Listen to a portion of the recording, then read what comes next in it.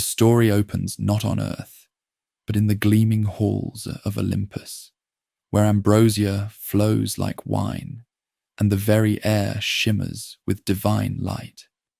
The immortals have gathered to celebrate the wedding of Peleus, greatest of mortal heroes, to silver-footed Thetis, most beautiful of the sea nymphs. Golden tables groan under celestial feasts, and the muses sing of love, triumphant over fate. Yet even in this moment of joy, the seeds of catastrophe take root. Into this divine celebration comes Eris, goddess of discord, her face twisted with spite at her exclusion from the festivities. She has nursed her anger through long ages, and now she will have her revenge upon the proud Olympians. From her robes she draws a golden apple, perfect in its beauty, its surface inscribed with words that will doom generations, for the fairest. The apple arcs through the perfumed air and rolls between three goddesses, each convinced of her own supreme beauty. Hera, queen of heaven, reaches for the prize with regal authority. Has she not ruled beside the king of the immortals? Does not all creation bow before her majesty? But Athena, grey-eyed goddess of wisdom and war, born from Zeus's very skull, contests the claim. She who guides heroes and grants victory surely surpasses mere queenly dignity. Yet Aphrodite, golden goddess of love and beauty, laughs at both their pretensions. Beauty itself stands before them. How can carved stone and cold wisdom compare to the power that brings all creation to its knees? The three goddesses turn to Zeus, expecting his judgment. But the Lord of Olympus has not ruled heaven for eons without learning wisdom. To choose between his wife, his daughter, and the goddess who holds sway over his own heart would bring civil war to the divine realm. With calculated diplomacy, he declares that such beauty can only be judged by mortal eyes, unclouded by celestial politics. On the slopes of Mount Ida, far from Troy's marble halls, the shepherd prince Paris tends his father's flocks in pastoral innocence. He has been raised in ignorance of his royal birth, for prophecy declared that Priam's son would bring destruction to his city. The old king, unable to kill his own child, had ordered the infant exposed on the mountain, but kindly shepherds found and raised him. Now grown to manhood, Paris possesses the beauty of a young deity, with eyes like dark wine and hands gentle enough to soothe the wildest beast. When Hermes descends with his divine charges, the very air around Paris shimmers with otherworldly beauty. The three goddesses stand before him in glory that should blind mortal eyes, yet each veils her full radiance lest the young shepherd be struck dead.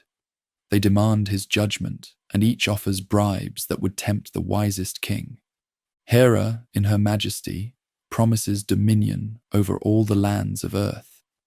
Choose me, she declares, and you shall rule from the rising to the setting sun. Kings shall bow before your throne, and your empire shall span the world. Her words paint visions of golden cities and armies marching at his command. Athena, her grey eyes gleaming with otherworldly intelligence, offers wisdom beyond mortal ken and victory in every battle. Choose me, she says, and you shall surpass all men in counsel and war. Your strategies shall never fail. Your spear shall never miss its mark, and poets shall sing of your victories until the stars grow cold. But Aphrodite steps forward with a smile that makes Paris's heart race like a trapped bird. Her beauty touches something deeper, the longing that drives all living things, the sweet madness that makes life worth living. Choose me, she whispers, and I will give you the love of the most beautiful woman in all the world. Helen of Sparta surpasses all mortal women, as the sun surpasses the stars. She shall be yours, and in her arms you will know joy beyond imagining. Paris, his judgment clouded by youth and desire, awards the apple to Aphrodite. In that moment, the fate of two great cities is sealed. Hera and Athena withdraw in cold fury, their hatred for Troy now eternal and implacable. They will not forget this slight, and their revenge will be terrible. The journey to Sparta unfolds like a fever dream. Paris, now revealed as a prince of Troy, travels with rich gifts and diplomatic immunity. Menelaus, king of Sparta, receives him with all honor, due a royal guest, for the laws of hospitality are sacred among civilized men. The red-haired king shows off his palace, his treasures, and most proudly of all, his wife, Helen, whose beauty makes even hardened warriors stumble in their words. Helen, daughter of Zeus and Leda, hatched from a swan's egg, is indeed the most beautiful woman ever born. Her beauty carries something divine. When she enters a room, strong men forget their own names, and women weep with envy and despair. She has been married to Menelaus for years, has borne him a daughter, yet her beauty remains undiminished by time or motherhood. When Paris looks upon Helen, Aphrodite's promise burns in his blood like wine. The goddess whispers in his ear, clouds his judgment, and fans the flames of desire until honor and guest friendship become mere words. For her part, Helen finds herself drawn to the young prince with a fascination she cannot explain. Aphrodite works upon them both, weaving spells of love and longing that grow stronger with each stolen glance. Menelaus, trusting his guest and secure in his wife's virtue, departs for Crete to attend his grandfather's funeral, leaving Paris as protector of his household. In the darkness of night, with Aphrodite guiding their steps, Paris and Helen flee Sparta together, taking with them much of Menelaus's treasure and grinding the sacred bonds of hospitality beneath their feet. When Menelaus returns to find his home ransacked and his wife stolen, his rage shakes the very pillars of his palace. The violation cuts deeper than mere adultery. The laws of guest friendship, the foundation of civilized society, have been shattered. His brother Agamemnon, king of Mycenae and most powerful of Achaean rulers, takes up the call for vengeance. The great oath that once bound Helen's suitors now becomes a weapon of war. Years before, when every king and prince in Achaea sought her hand, wise Odysseus had suggested that all swear to defend Helen's chosen husband. Now that oath calls the flower of nobility to arms. Ajax the Great with his tower shield, Diomedes of the mighty war cry, Idomeneus of Crete, and countless others. Even reluctant heroes like Odysseus himself are dragged into the gathering storm. 9 long years have passed since 1,000 black ships carried the Achaean host across the wine-dark sea to beach before Troy's walls. The initial fury of the assault, when heroes dreamed of quick victory and easy glory, has settled into grinding siege warfare. The great walls of Troy, built by immortals in ages past, have proven impregnable to direct assault. Instead, the war has become a series of raids and skirmishes, with the Achaeans controlling the countryside, while the Trojans remain secure behind their fortifications. Heroes who sailed from Achaea as young men have grown grey in the fighting.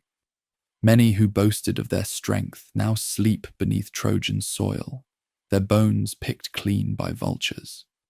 The war has consumed a generation, creating widows in both Achaea and Troy, leaving children fatherless and parents childless.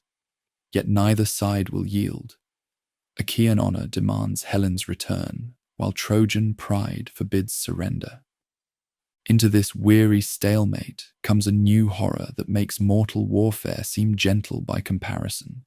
Plague strikes the Achaean camp with the precision of divine arrows, cutting down soldiers who have survived countless battles. The pestilence shows no respect for rank or courage. Princes die as readily as common soldiers, their bodies burning with fever that no medicine can cure. The very air grows thick with the smoke of funeral pyres. as the army that once boasted of its invincibility cowers before an invisible enemy. For 9 days the plague rages through the camp, each dawn bringing fresh corpses and new terror. Warriors who face Trojan spears without flinching now start at shadows, wondering if they will live to see another sunset. The careful order of military life breaks down as discipline crumbles before divine wrath. Supply lines fail, councils of war dissolve into recriminations, and the great expedition threatens to die ignominiously of disease. On the 10th day, the son of Peleus, greatest of all warriors, can bear no more. His myrmidons, the elite fighters who follow him from Phthia, have suffered grievously from the plague, and his own heart burns with helpless rage. He calls an assembly of the army, his voice cutting through the camp's despair like a bronze blade through silk. If some immortal has sent this pestilence, he declares, then they must discover what offense has brought celestial anger upon them. Calchas, the prophet, steps forward, his face pale with fear and terrible knowledge. Son of Thestor, gifted with the far shooter's own sight, he knows past, present, and future as clearly as other men know their own names. He has foreseen this moment, dreaded it, tried to avoid it, but fate will not be cheated. He knows the truth that will kindle the wrath of kings, but he dare not speak it alone. The old seer's voice quavers as he addresses the son of Peleus. Greatest of warriors, you ask me to reveal the cause of the silver-bowed one's anger, but I fear to speak. Promise me your protection. Swear by all the heavenly powers that you will defend me, for my words will bring the fury of one who rules many Achaeans. His eyes dart toward the king's pavilion, and his meaning is clear to all who watch. The hero, his young face fierce with purpose, swears the oath without hesitation. Speak without fear, old man. While I live and see the light upon this earth, no one shall lay heavy hands upon you beside the hollow ships. No one of all the Achaeans, not even if you name the king himself, who now claims to be greatest among us. The words ring with absolute conviction, and Calchas takes courage from the young champion's promise. The truth, when it comes, falls upon the assembly like a thunderbolt. The far shooter, lord of the silver bow, has loosed these arrows of plague because King Atreus' son has dishonored Chryses, priest of the archer deity. The old priest had come to the Achaean camp bearing rich ransom for his daughter Chryseis, prize of the king's spear. With tears streaming down his weathered cheeks, Chryses had begged for his child's return, calling upon his patron's name and offering gold enough to buy a city. But the king, secure in his power and drunk on the wine of victory, had spurned the old man with words sharp as bronze. Let me not find you, old fool, lingering near the hollow ships or returning hereafter, lest your master's staff and fillets fail to protect you. The girl I will not free. She shall grow old in Argos, in my own house, far from her native land, working my loom and sharing my bed. Now go, and do not anger me if you would leave alive. The priest had departed, but not in silence. Walking along the shore of the loud resounding sea, he had prayed to his patron with words that burned like fire. Hear me, silver-bowed one, who guards Chryse and holy Scylla, who rules over Tenedos in might. If ever I crowned your temple with garlands, if ever I burned rich thigh bones of bulls and goats upon your altar, grant me this prayer. Let the Achaeans pay for my tears with your arrows. And the archer deity had heard his servant's prayer. Down from Olympus he had come like the night itself, his silver bow upon his shoulder, his quiver full of groaning arrows. First he struck the mules and swift dogs, then turned his deadly shafts upon the men themselves. The funeral fires burned continuously, and the Achaean host began to waste away beneath the immortal's implacable wrath. Now Calchas's revelation hangs in the air, like smoke from the funeral pyres. The solution is clear but bitter. Chryseis must be restored to her father without ransom, and sacred hecatombs must appease the offended deity. Every eye turns to the son of Atreus, waiting for the king's response, knowing that royal pride will war with military necessity. The king's face darkens like a storm cloud as rage fills his heart. The public humiliation cuts deeper than any Trojan spear, for a ruler's honor is his life, and to yield his prize before the assembled army is to confess weakness. Yet he cannot deny the truth of Calchas's words. The plague speaks louder than any argument. Through gritted teeth, he agrees to give up Chryseis, but his next words ignite a greater fire than the far shooter's arrows ever kindled. "I will give up the girl," the king declares, his voice hard as iron. "But I shall not be the only one among the Danaans to go without a prize. That would not be fitting. You all see that my prize is going elsewhere. But come, give me a prize immediately, or I alone of the Argives will be without one. And that is not proper either." His eyes, bright with malice and wounded pride, fall upon the son of Peleus. The greatest warrior sits silent among his captains, but the king sees in him both threat and opportunity. Here is the man whose glory outshines even royal radiance, whose prowess makes other heroes seem like children playing at war. "Perhaps I shall take your prize, son of Peleus," the king continues, his words dropping like stones into still water. "The lovely Briseis. I shall take her and go, and whoever loses his prize will be angry." The confrontation that follows will echo through the ages, sung by poets yet unborn, and whispered around campfires when the world grows old. The hero rises to his feet, his young face terrible in its fury, his voice cutting through the assembly like a sword through silk. The insult burns in his heart like molten bronze. To lose Briseis, his prize of honor, his comfort in this bitter war, is to be diminished before all the world. "You shameless one, clothed in impudence," the hero's words ring across the silent assembly. "How can any of the Achaeans obey you willingly, whether to go on a journey or to fight strongly in battle? I did not come here to fight because of the Trojan spearmen. They have done nothing to me. They have never driven away my cattle or horses, never destroyed my harvest in fertile Phthia, for between us lie many shadowy mountains and the resounding sea.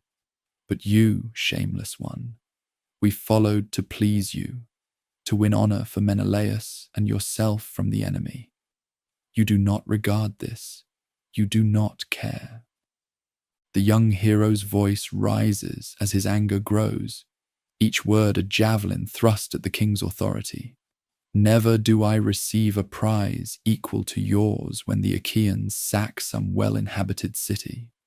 My hands do the greater part of furious war, but when the distribution comes, your prize is far greater. While I go to my ships with some small thing, dear to me, when I am weary from fighting. Now I shall go to Phthia, since it is much better to return home with my beaked ships than stay here dishonored, piling up wealth and riches for you." The king's response comes swift as an arrow, his own royal fury matching the young warrior's rage. "Flee then, if your heart urges you. I shall not beg you to stay for my sake. Others remain with me, who will honor me, especially the counselor.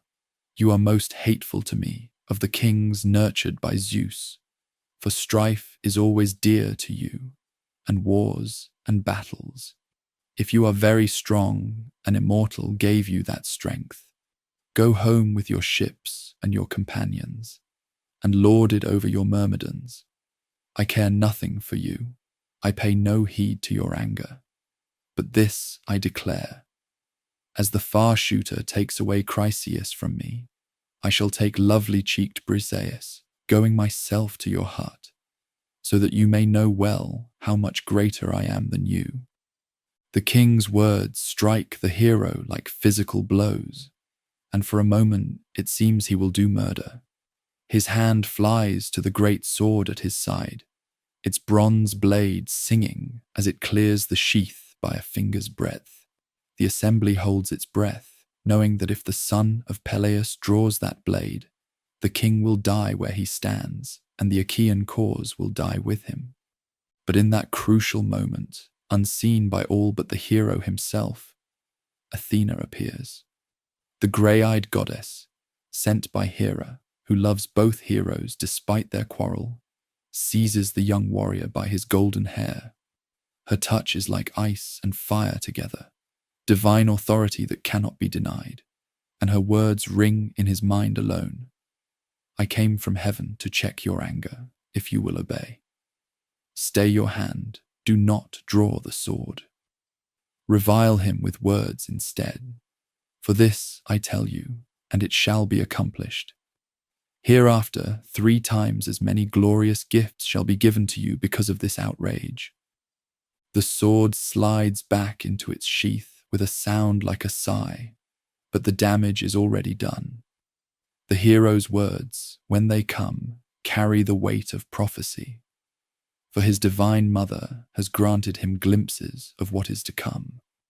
Wine-heavy man, with a dog's face and a deer's heart, you have never dared to arm yourself for battle with your people, nor to go in ambush with the best of the Achaeans. That seems like death to you.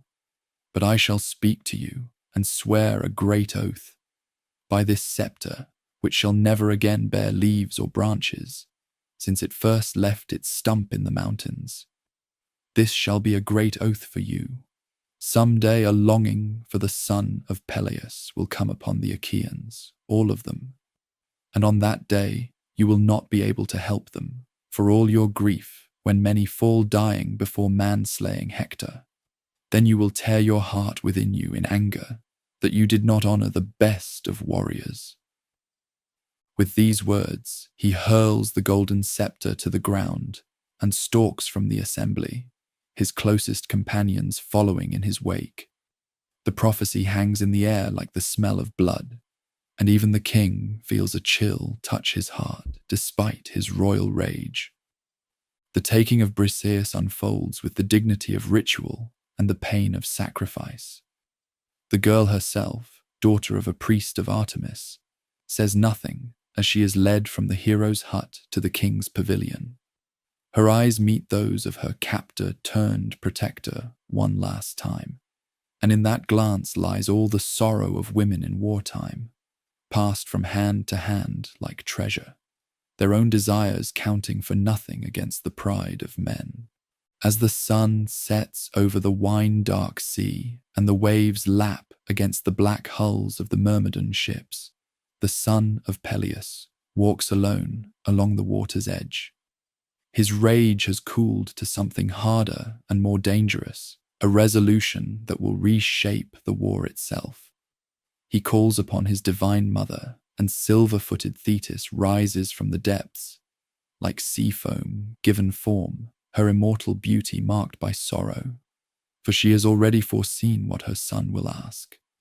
"My child," she says, her voice like the whisper of waves on shingle, "why do you weep? What sorrow has come to your heart? Do not hide it, but tell me, so that we both may know."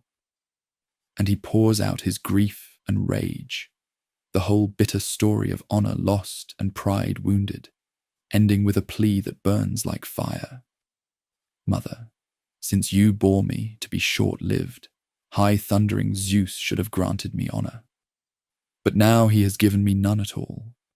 The son of Atreus has dishonored me, taking my prize by force." Thetis weeps silver tears that fall like rain upon the darkening sea. She knows her son's fate better than he does himself. 2 destinies lie before him, long life without glory, or a short life crowned with immortal fame. She sees now which path he has chosen, and though her heart breaks, she will not fail him. "My poor child," she whispers. Why did I rear you, cursed as you are in your birth? Would that you could sit by your ships without tears and grief, since your lifetime is brief and not long, but now you are both swift-fated and wretched beyond all men. Yet a mother's love conquers even divine wisdom. Thetis promises to carry her son's petition to the Thunderer himself, to beg Zeus to honor the hero by granting victory to the Trojans until the Achaeans learn the worth of the warrior they have scorned. The price will be paid in Achaean blood, in the lives of heroes who might have lived if pride had not poisoned counsel, but the son of Peleus will have his revenge. On Olympus, Thetis finds Zeus alone upon the highest peak, brooding over the fates of mortals with eyes that see all things. She reminds him of old debts, how she once saved him when the other immortals conspired against his rule. Now she asks payment for that service. Honor my son, who is swiftest to die of all men. King Atreus' son has dishonored him, taking his prize by force. But you, Zeus who counsels, honor him. Give victory to the enemy, until the Achaeans pay my son fitting honor and increase his glory. The great head nods slowly, though Zeus knows the cost. His promise will set deity against deity, will bring civil war to Olympus itself. For Hera loves the Achaean cause and will not forgive this betrayal. But a promise made to Thetis cannot be broken. Troublesome it is, he rumbles, his voice like distant thunder, when you set me at variance with Hera, and she will revile me with harsh words. But I will take thought of these things to accomplish them. Come, I will nod my head to you, so that you may be confident. My word cannot be recalled, nor is it false, nor unfulfilled, whatever I nod my head to. The great nod that follows shakes Olympus to its foundations, sets the stars dancing in their courses, and seals the fate of heroes yet unborn.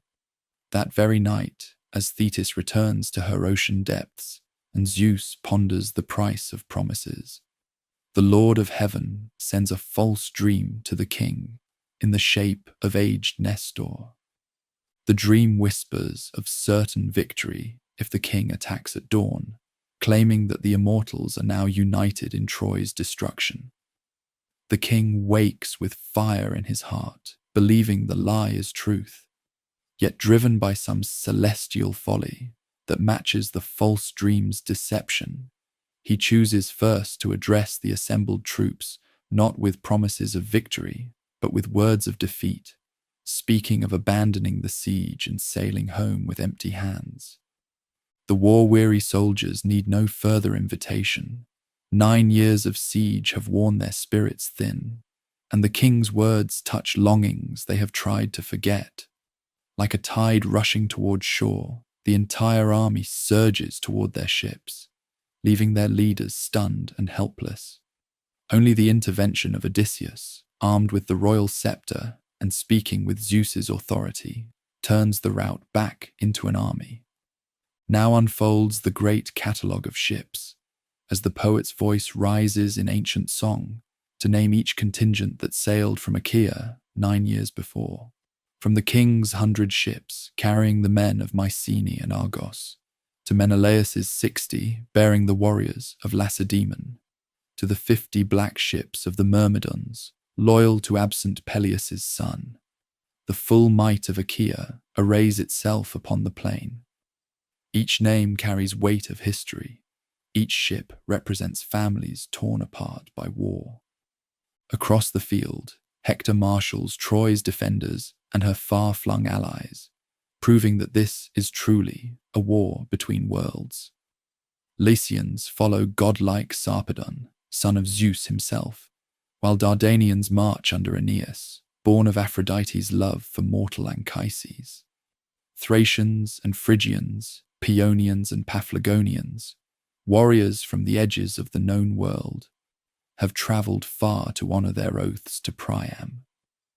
As the armies advance toward each other across the plain of Troy, their bronze armor flashing in the morning sun, like scales on some great serpent. The very earth trembles beneath their tread. Dust rises like smoke from a great fire, and the air fills with war cries in a dozen tongues, the clatter of bronze on bronze, the thunder of horses' hooves. Overhead, the immortals take their places to watch the mortals play out their eternal drama of love and hate, honor and revenge, glory and death. Zeus holds his golden scales, ready to weigh the fates of heroes, while Athena and Aphrodite glare at each other across the divine divide, their ancient grudge about to spill mortal blood across the wine-dark plain. The far shooter tunes his silver bow, Ares sharpens his spear, and Poseidon makes the earth itself ready to drink deep of heroes' blood. The stage is set for tragedy on an epic scale. The son of Peleus broods by his ships like a storm held back by the thinnest dam, his wrath kindled but not yet at full flame. Troy's walls stand proud but doomed, their strength soon to be tested by powers greater than bronze and stone. Helen watches from her tower, beautiful and cursed, the cause of war she never chose to start. Her very presence a reminder that the greatest conflicts often spring from the simplest human desires twisted by divine will. On the plain between the armies, the dust rises like a golden cloud, marking the place where heroes will die and legends will be born. The war that began with a golden apple and a judgment clouded by desire will now be decided by bronze and blood, by the clash of spear on shield and the inexorable will of the deathless ones. 9 years of siege and sorrow have led to this moment, and now the true test begins, not just of Achaean against Trojan, but of mortal pride against divine purpose, of individual will against the turning of fate's great wheel. The armies stand poised like waves before the storm breaks, bronze glinting under the morning sun as dust clouds mark their advance across the plain. But before the inevitable clash, fate intervenes through the voice of Alexandros himself. The prince who began this war steps forward from the allied ranks, his leopard skin cloak flowing behind him, twin spears gleaming in his hands. His beauty remains unmarred by 9 years of siege, yet something has changed in those dark eyes, perhaps the weight of countless deaths laid at his feet. With the bold arrogance that first won him the daughter of Zeus's heart, the shepherd prince challenges the bravest of the Danaans to single combat. His voice carries across the no-man's land between the armies, echoing off Troy's ancient walls. Come, you best of the Argives, and fight me man to man, for the daughter of Zeus and all her treasures. Let the immortals decide between us, and let the winner take all while our peoples swear binding oaths of peace. The challenge strikes the front rank like a thunderbolt. Here at last is the chance to end 9 years of bloodshed with a single duel to restore honor without the slaughter of thousands. But when red-haired Menelaus steps forward, his bronze armor blazing with righteous fury, the shepherd prince feels his courage melt like wax before flame. The cuckolded king's very presence seems to burn. Here stands the wronged husband, the man whose hospitality was violated, whose treasure was stolen, whose honor demands satisfaction written in blood. The beautiful prince stumbles backward into the safety of his ranks like a man who has stepped upon a serpent in mountain pastures. His face goes pale as marble, and the spears fall from nerveless fingers. The sight of his cowardice sends a ripple of shame through the allied lines, while the Argives roar with mocking laughter. Even the daughter of Zeus, watching from Troy's high towers, must feel her heart sink at her lover's failure. But Hector, noblest of Priam's sons, cannot bear to see his brother's disgrace poison the army's courage. His rebuke cuts deeper than any enemy spear. Alexandros, you curse, beautiful to look upon but rotten at heart. Would that you had never been born or had died unwed before you brought this shame upon us all. Better that than to be a coward before the enemy, a thing for men to point at and despise. Do you think the flowing-haired Danaans will say our champion is mighty because you have a fair face, though there is no strength in your heart? When you sailed in your shapely ships and gathered companions from foreign lands and brought back a beautiful woman from a distant country to be the wife of warriors, you became a curse to your father and city and all your people, a joy to our enemies, and a shame to yourself. The words strike the prince like physical blows, yet they kindle something that beauty and love could not. The desperate courage of a man who has nothing left to lose but his last shred of honor. Hector, he replies, his voice steadying as resolve hardens within him. Your rebuke is just, and I do not refuse it. Your heart is like an axe that cuts through wood, never dulled by use. But do not throw the lovely gifts of golden Aphrodite in my face. The glorious gifts the deathless ones give are not to be rejected, though mortals cannot choose them for themselves.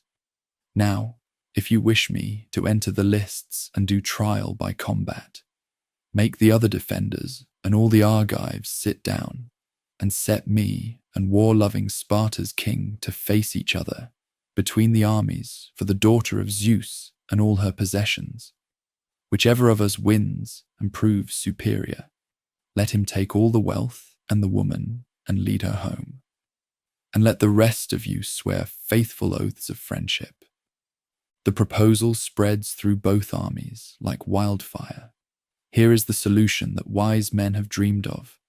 Let the guilty parties settle their account, while sparing the innocent thousands who have bled for their quarrel.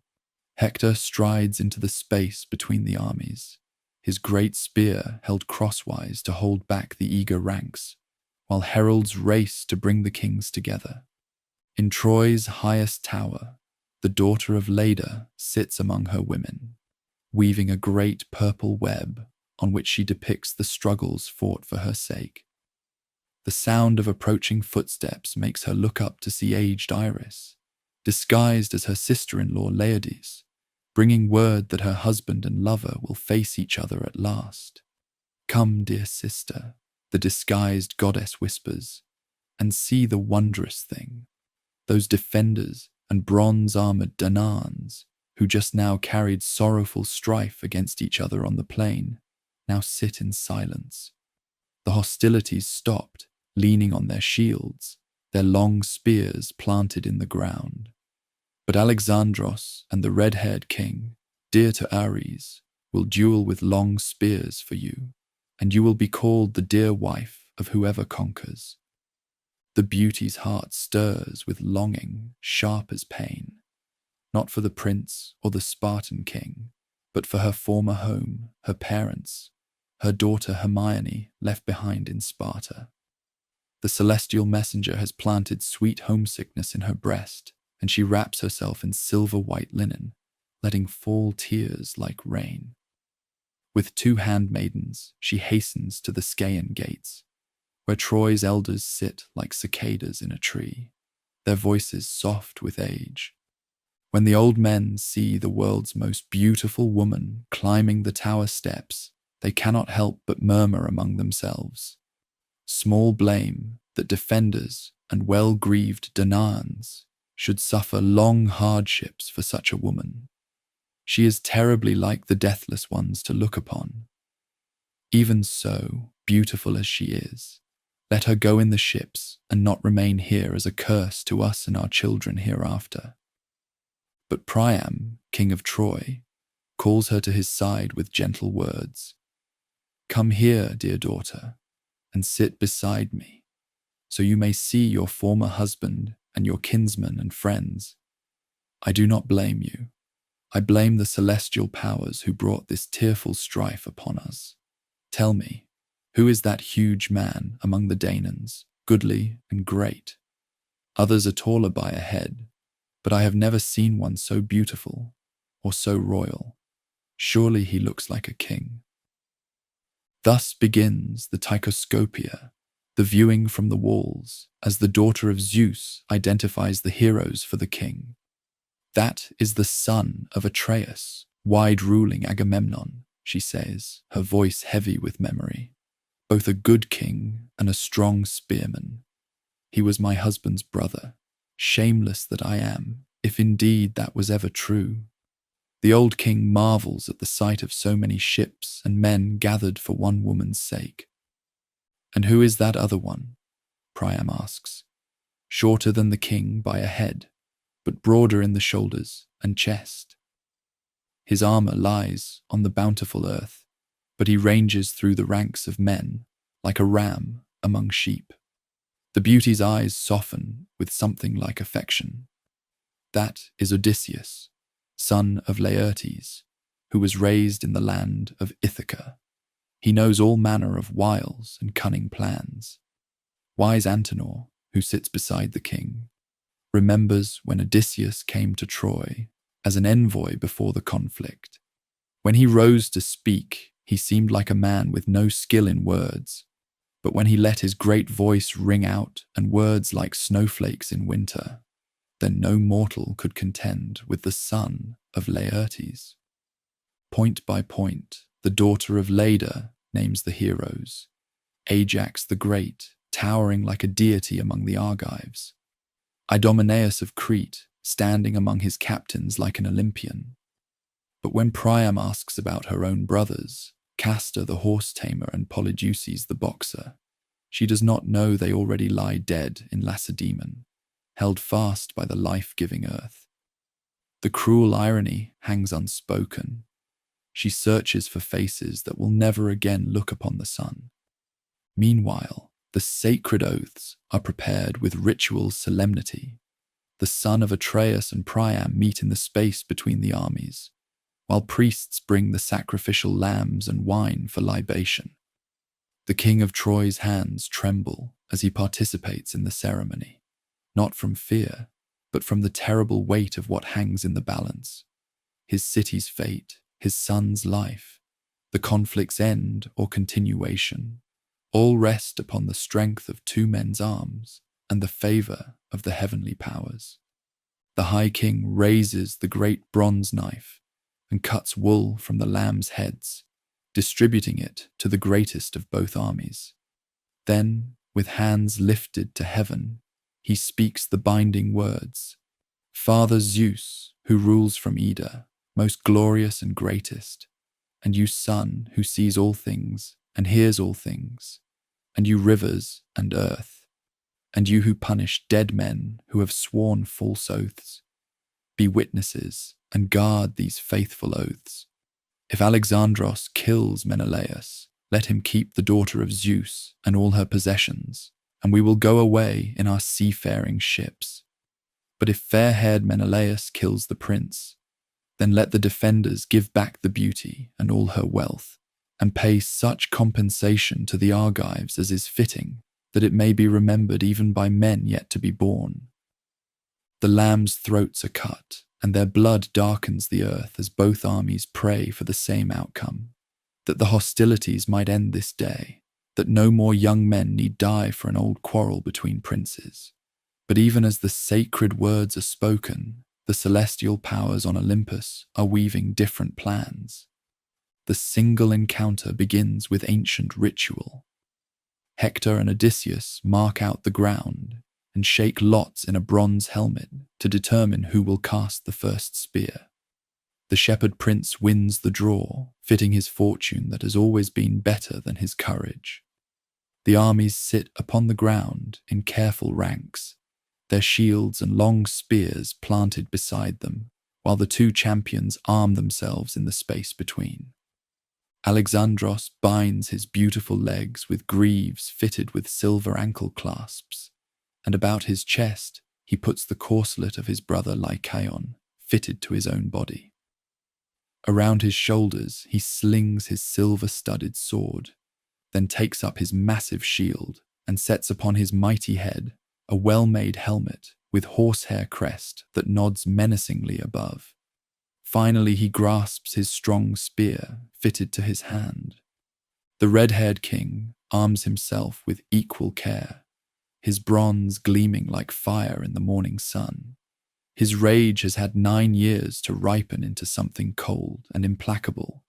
This is not the hot anger of a cuckolded husband, but the settled purpose of a king who has seen thousands die for his honor.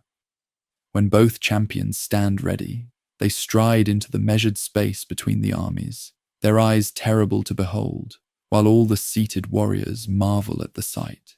The prince, having won the lot, hurls his long-shadowed spear first. The bronze point strikes the Spartan's shield fairly, but the metal does not break through. Instead, the spear point bends back like lead, turned by the shield's divine craftsmanship.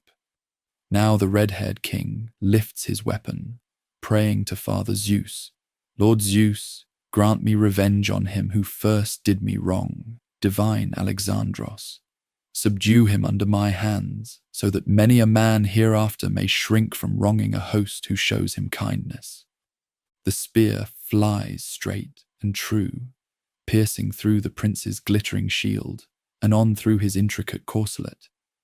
By the breadth of a hair, it misses his side as he twists away, but the bronze tears his tunic and draws blood.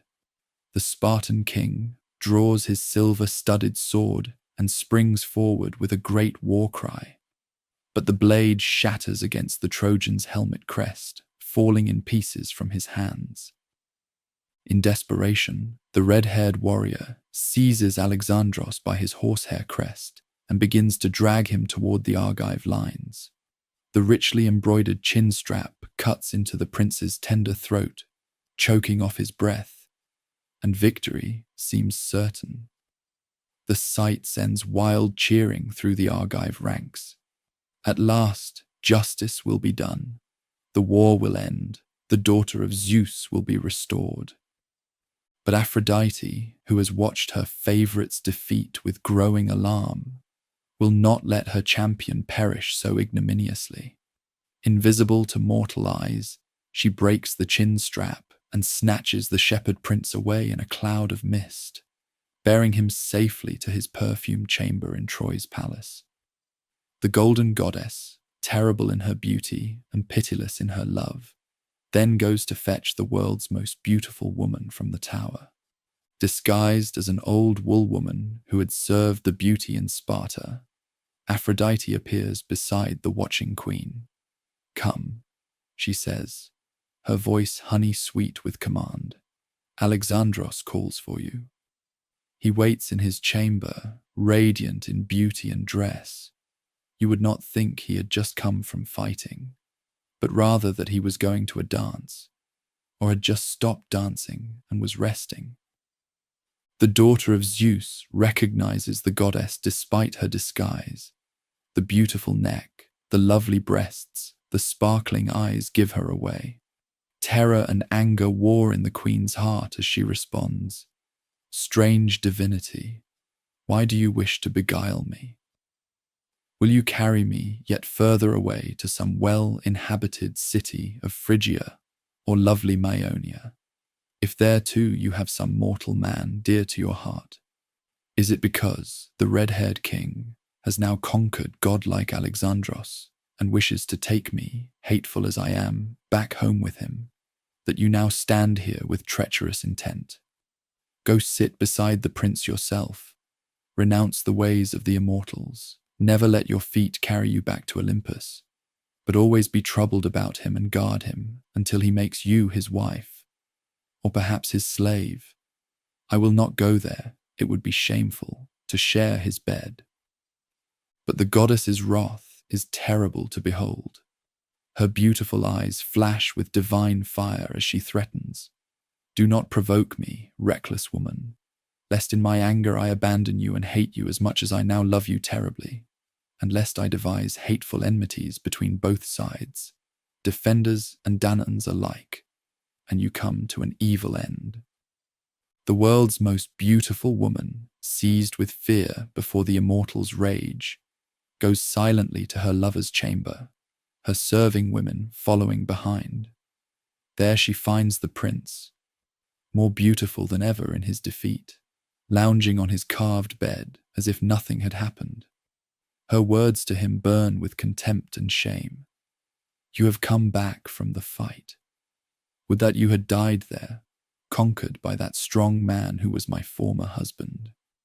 Once you used to boast that you were better than war-loving Sparta's king in spearwork and the strength of your hands. Go now and challenge him again to fight. But I advise you to stop and not face fair-haired Menelaus in single combat recklessly, lest you soon fall beneath his spear. The shepherd prince, unashamed in his cowardice, reaches for her with words as smooth as honey. Wife, do not scold my heart with harsh rebukes. This time the red-haired warrior conquered with Athena's help, but another time I shall conquer him. We too have gods on our side.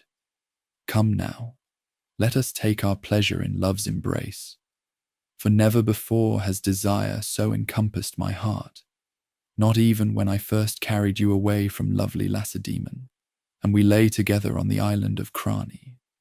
Even more than then do I love you now, and sweet desire takes hold of me. Meanwhile, on the battlefield, the Spartan king ranges like a wild beast through both armies, seeking the man who has vanished like morning mist. The Argives search high and low, but the prince has disappeared, as if he never existed. Even the defenders, who love him not for his courage, but for Priam's sake, would gladly hand him over if they could find him. He is hateful to them all, like Black Death. Agamemnon, seeing that the duel's outcome is clear despite the divine intervention, addresses both armies with kingly authority. Hear me, you Trojans and Dardanians and allies. Victory clearly belongs to war-loving Menelaus. Therefore give back Argive Helen and her possessions with her, and pay such compensation as is fitting, that it may be remembered even among men yet to be born. The words hang in the air, like smoke from sacrifice, and for a moment it seems the war might truly end. Both armies wait in tense silence, watching their leaders, hoping against hope that 9 years of bloodshed might conclude with honor, satisfied, and oaths fulfilled. But the immortals have different plans, and on Olympus, Zeus speaks words that will shatter the fragile peace like bronze striking stone. Hera and Athena are Menelaus's helpers, the cloud-gatherer observes to the assembled deities, yet they sit apart and take pleasure in watching, while laughter-loving Aphrodite always stands by Paris and wards off his doom, and now has saved him when he thought to perish. But since the victory belongs to war-loving Menelaus, let us consider how these things shall be, whether we should again stir up evil war and the dread din of battle, or put friendship between both sides. If this would be welcome and pleasing to all, then the city of King Priam might remain inhabited, and Menelaus would take Argive Helen back to his home. The suggestion sends Athena and Hera into cold fury. They who have hated Troy since Paris's judgment now see their revenge slipping away. Athena, grey eyes flashing with divine wrath, volunteers for a mission that will damn thousands. Father, do not make my labor vain and fruitless. The sweat I sweated when my horses grew weary from gathering the host against Priam and his sons. Do as you will, but we other immortals do not all approve. Zeus, bound by his promise to Thetis, but seeking to appease his wife and daughter, grants Athena leave to break the truce. Go quickly to the army of Trojans and Achaeans, and try to make the Trojans first break their oaths and do harm to the glorious Achaeans. The command is all the war goddess needs, like a star that Zeus hurls from heaven as a portent to sailors, or a wide army of men, bright and showering sparks around it.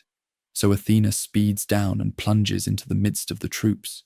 Wonder seizes both armies as they watch the divine fire streak across the sky, and men murmur among themselves, Either there will be evil war again and the dread din of battle, or Zeus is putting friendship between both sides, he who is the dispenser of war among mortals. Athena, disguised as Laodocus, son of Antenor, seeks through the Trojan ranks until she finds Pandarus, son of Lycaon, a skilled archer whose bow was crafted from the horns of a wild ibex he himself had slain. The goddess appears beside him with honeyed words of treachery. Would you now listen to me, wise son of Lycaon? Then you would dare to shoot a swift arrow at Menelaus. You would win favor and glory from all the Trojans, and especially from Prince Paris. From him above all, you would receive glorious gifts if he should see war-loving Menelaus struck down by your arrow and laid on the sorrowful funeral pyre. Come then, shoot an arrow at glorious Menelaus, but vow to Apollo, the wolf-born lord of archery, that you will sacrifice a glorious hecatomb of firstling lambs when you return home to the city of sacred Zelea. The fool Pandarus listens to Athena's counsel, dooming himself and his people. He uncovers his polished bow and strings it, then selects his finest arrow, black with pain and suffering yet to come. In secret, hidden by his companions' shields, he draws the bovine string to his breast and the iron arrowhead to the bow. When the great curved bow is drawn full circle, the bow sings and the arrow flies, keen to reach its mark. But you, Menelaus, were not forgotten by the blessed immortals. Athena herself, who had prompted the treachery, now stands before you to ward off the bitter arrow. As a mother brushes a fly from her sleeping child, so the goddess turns the shaft aside. She guides it to where the golden buckles of his belt come together, and the doubled corselet offers protection. The arrow strikes the fitted belt and passes through the intricate corselet and the guard he wore beneath to protect his flesh. This served him best as a barrier against the bronze. Even so, the arrow grazes his skin and dark blood flows from the wound. As when a woman stains ivory with purple dye, some Myonian or Carian woman, to make a cheek piece for horses, and it lies in a chamber while many horsemen long to bear it away. But it is laid up as a prize for a king, both an ornament for his horse and a glory for the charioteer. Even so, Menelaus, were your shapely thighs stained with blood, and your legs beneath, and your beautiful ankles. The sight of blood flowing from their king strikes terror into the Achaean ranks, while wild joy surges through the Trojans.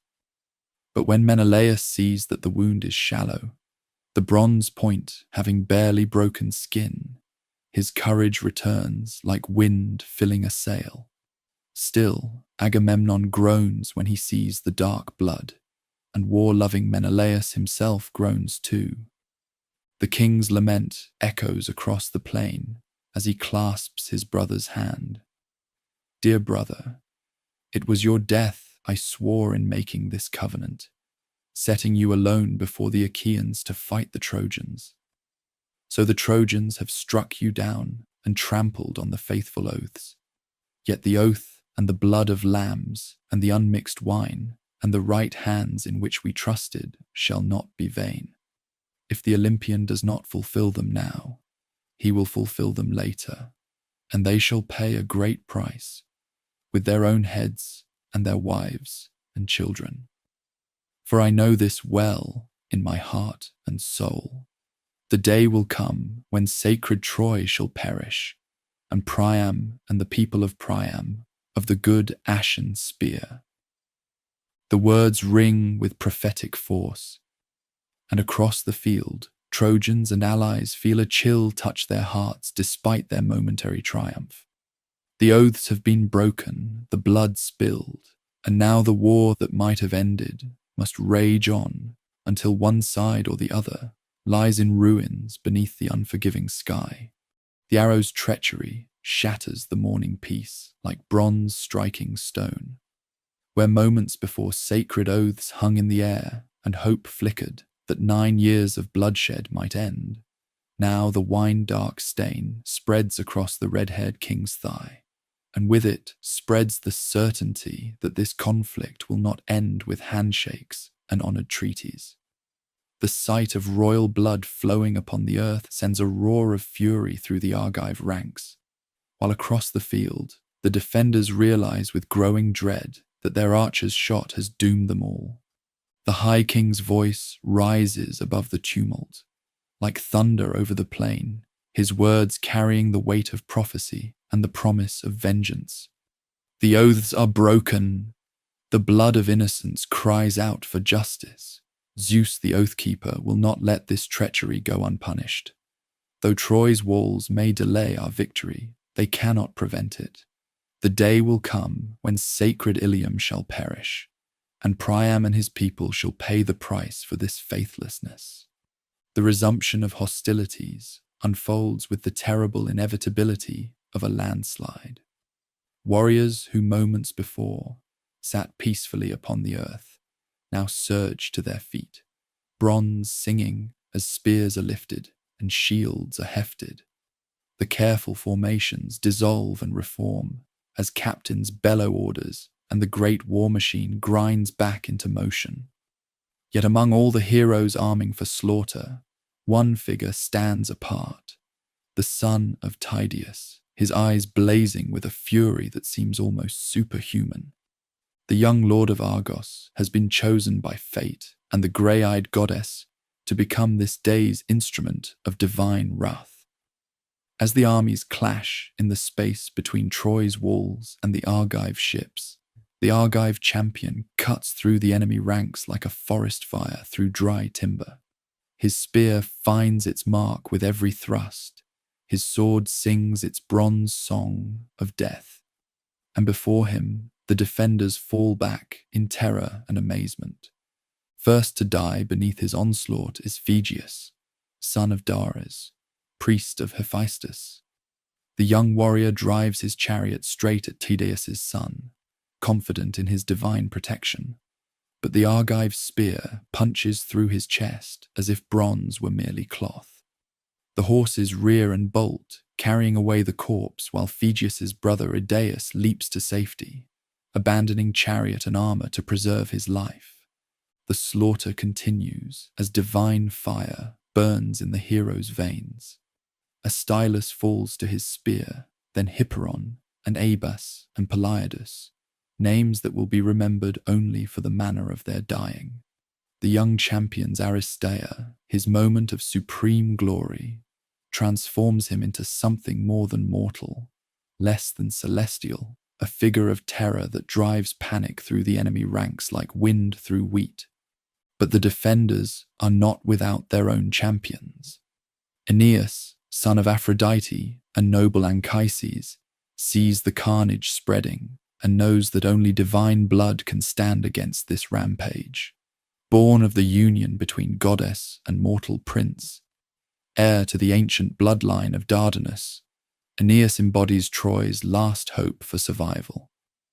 He seeks out Pandarus, the fool whose arrow shattered the peace, and together they drive their chariot toward the raging lord of Argos.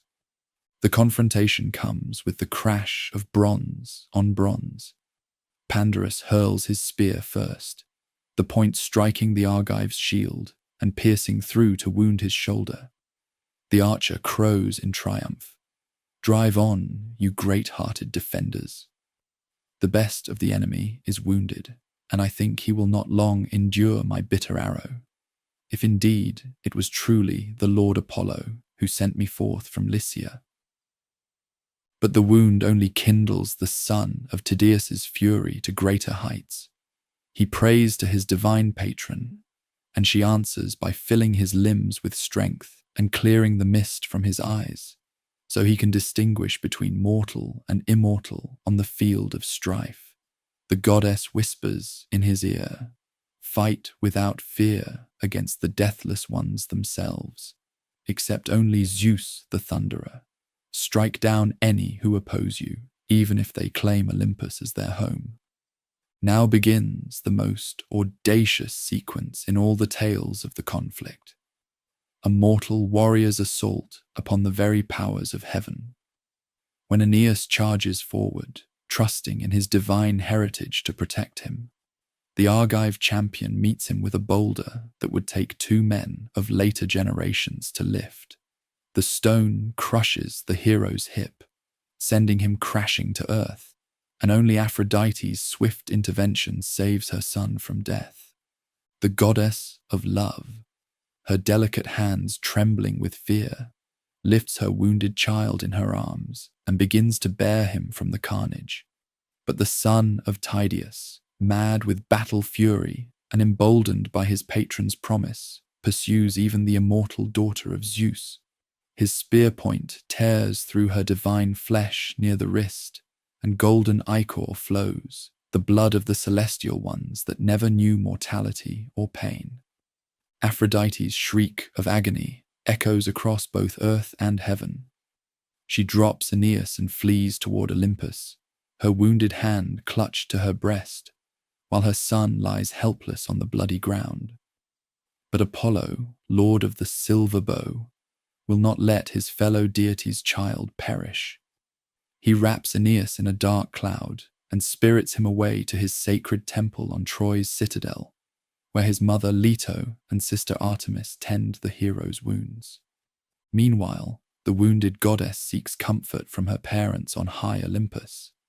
She flies weeping to Zeus, showing him her wounded hand and crying out her grievances. "Father, Diomedes in his fury has wounded me. He would fight with Zeus himself if someone urged him on. First he struck godlike Aeneas, my dear son, and when I sought to save the child from death, he turned his ruthless bronze against me. If I were not immortal, I would lie among the heaps of corpses like any mortal struck down in their pride." But Zeus, the cloud-gatherer, shows little sympathy for his daughter's plight. His words carry the weight of cosmic law and the stern wisdom of ages. "Do not come crying to me, my child, about your sufferings in strife. These matters of violence and warfare are not your portion. Yours are the lovely works of marriage and desire. Leave the business of combat to swift Ares and Athena, who know its bitter ways." On the battlefield below, the Argive continues his rampage, though Apollo himself now stands guard over the place where Aeneas fell. 3 times Tydeus' son rushes forward to claim the wounded hero's armor. 3 times the far shooter beats him back with his silver shield. But when the mortal warrior attempts a 4th assault, the immortal's voice thunders across the plain. "Think, son of Tydeus, and give way. Do not seek to match your will against the deathless ones, for the race of celestial beings and earth-walking mortals is not the same." Even the champion, for all his divine backing, recognizes the wisdom in those words. He withdraws a spear's cast, allowing Apollo to work his healing magic on Aeneas. But the immortal creates a phantom image of the hero to occupy the army's attention, while he spirits the real Aeneas away to safety. Around this false vision, the greatest champions of both sides continue their deadly dance. Now the bronze-armored lord of carnage himself enters the fray at Apollo's urging. The war deity takes the form of Acamas, leader of the Thracians, and his voice rings out to rally the defenders. "Sons of Priam, how long will you let your people be slaughtered by the Argives? Will you wait until they reach our very gates? Aeneas lies wounded, he whom we honored like godlike Hector. Come, let us save our noble comrade from the turmoil." The immortal's words kindle fresh courage in hearts grown weary with long warfare.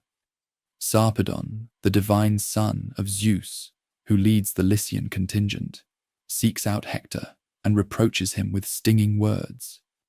"Hector, where has your courage gone? You once said you could hold this city with only your kinsmen and brothers-in-law, without allies or help from abroad. But now I cannot see any of them. They cower like dogs around a lion. We who are your allies must do the heavy fighting, and I have come from far Lycia, from the banks of eddying Xanthus, where I left my dear wife and infant son, and many possessions that the needy covet.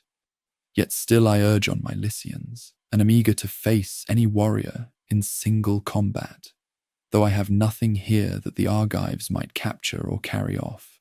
But you just stand there and do not even urge your people to make a stand and defend their wives and children.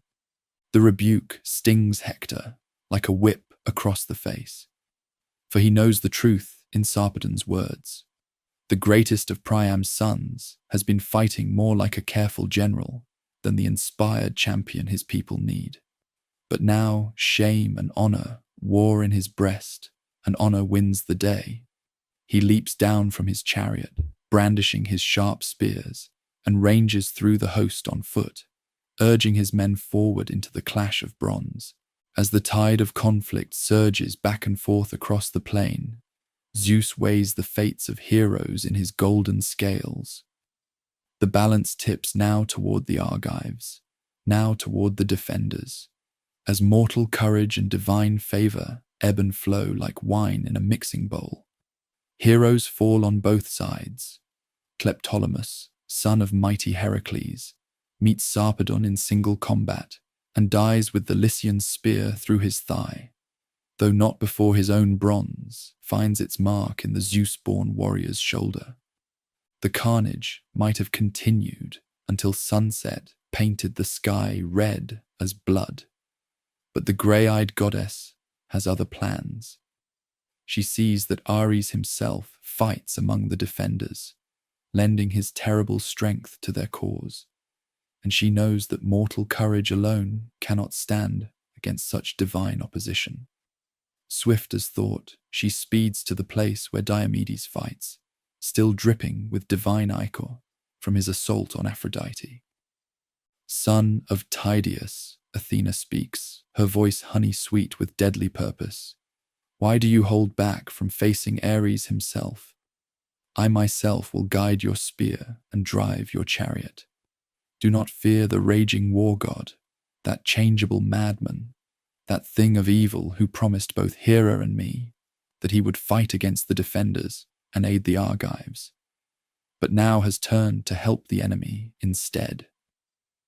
With these words, she seizes the reins of his chariot and drives straight toward the bronze-armored deity. Ares, seeing them approach, abandons his current victim and hurls his bronze spear at Diomedes. But Athena turns the weapon aside with her hand, and now the son of Tydeus drives forward with his own spear. The goddess guides the point to where the war god's belt is fastened, and the bronze tears through divine flesh and sinew. The immortal's bellow of pain shakes earth and heaven alike, loud as 9,000 or 10,000 men crying out in the turmoil of strife. Both armies fall flat upon the ground in terror at the sound, and the wounded deity flees to Olympus faster than storm winds, his divine essence streaming behind him like a dark cloud.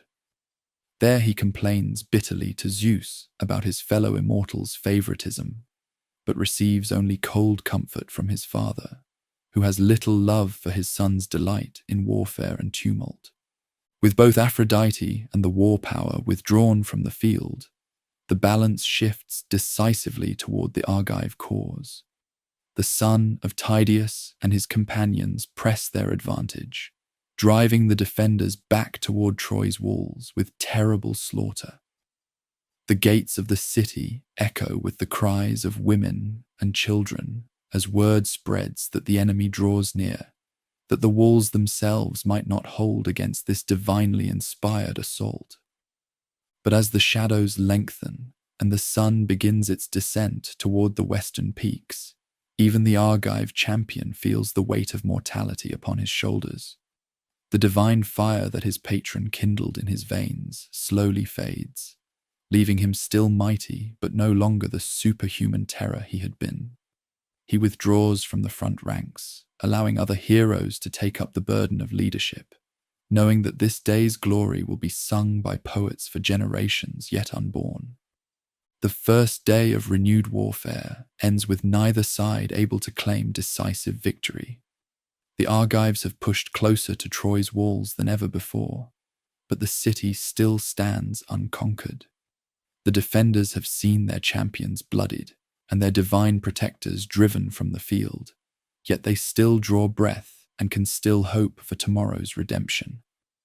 As darkness falls and the funeral pyres begin to burn for the day's casualties, both sides count the cost of broken oaths and shattered truces.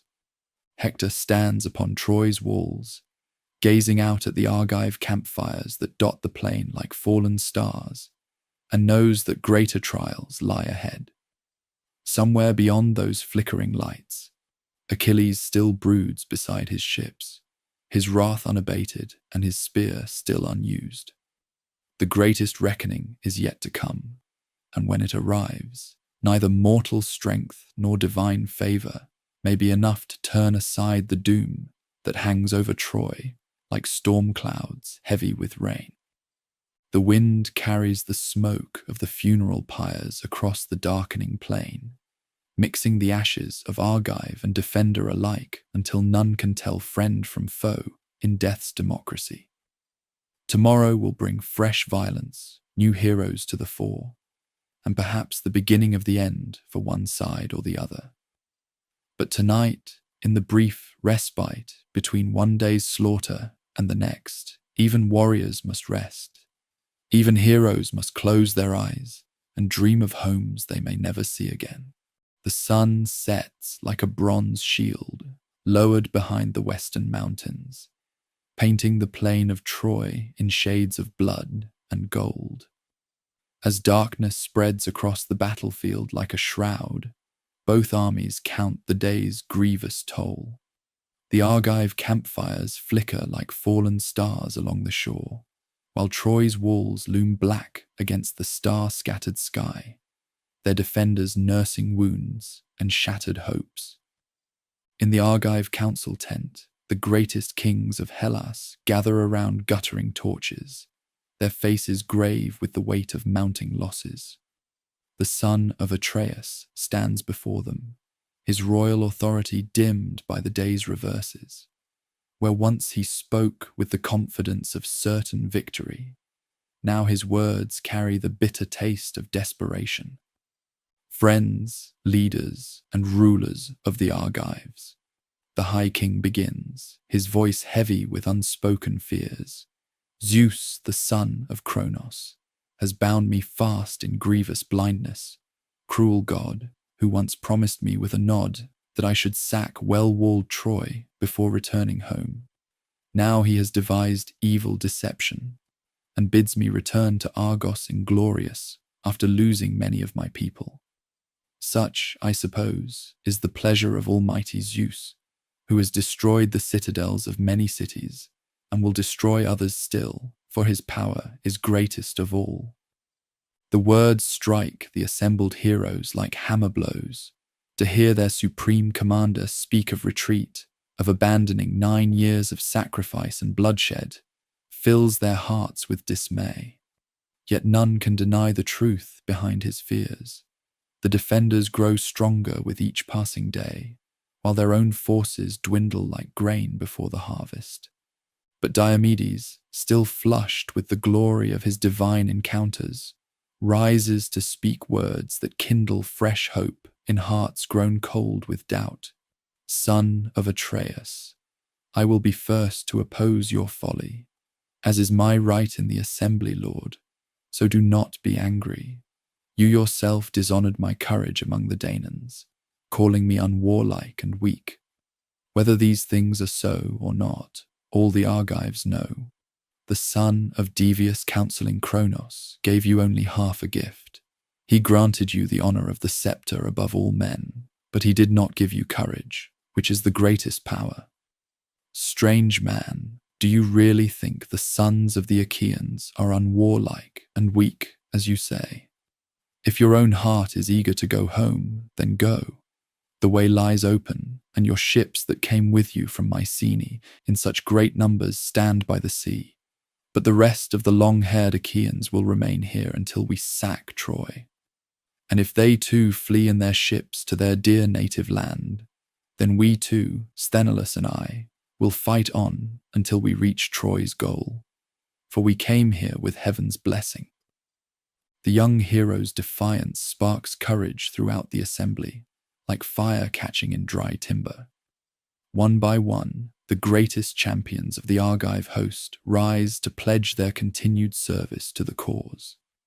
Ajax the Great speaks of honor that cannot be abandoned, while Odysseus weaves words of wisdom about the folly of retreat when victory may lie just beyond the next dawn.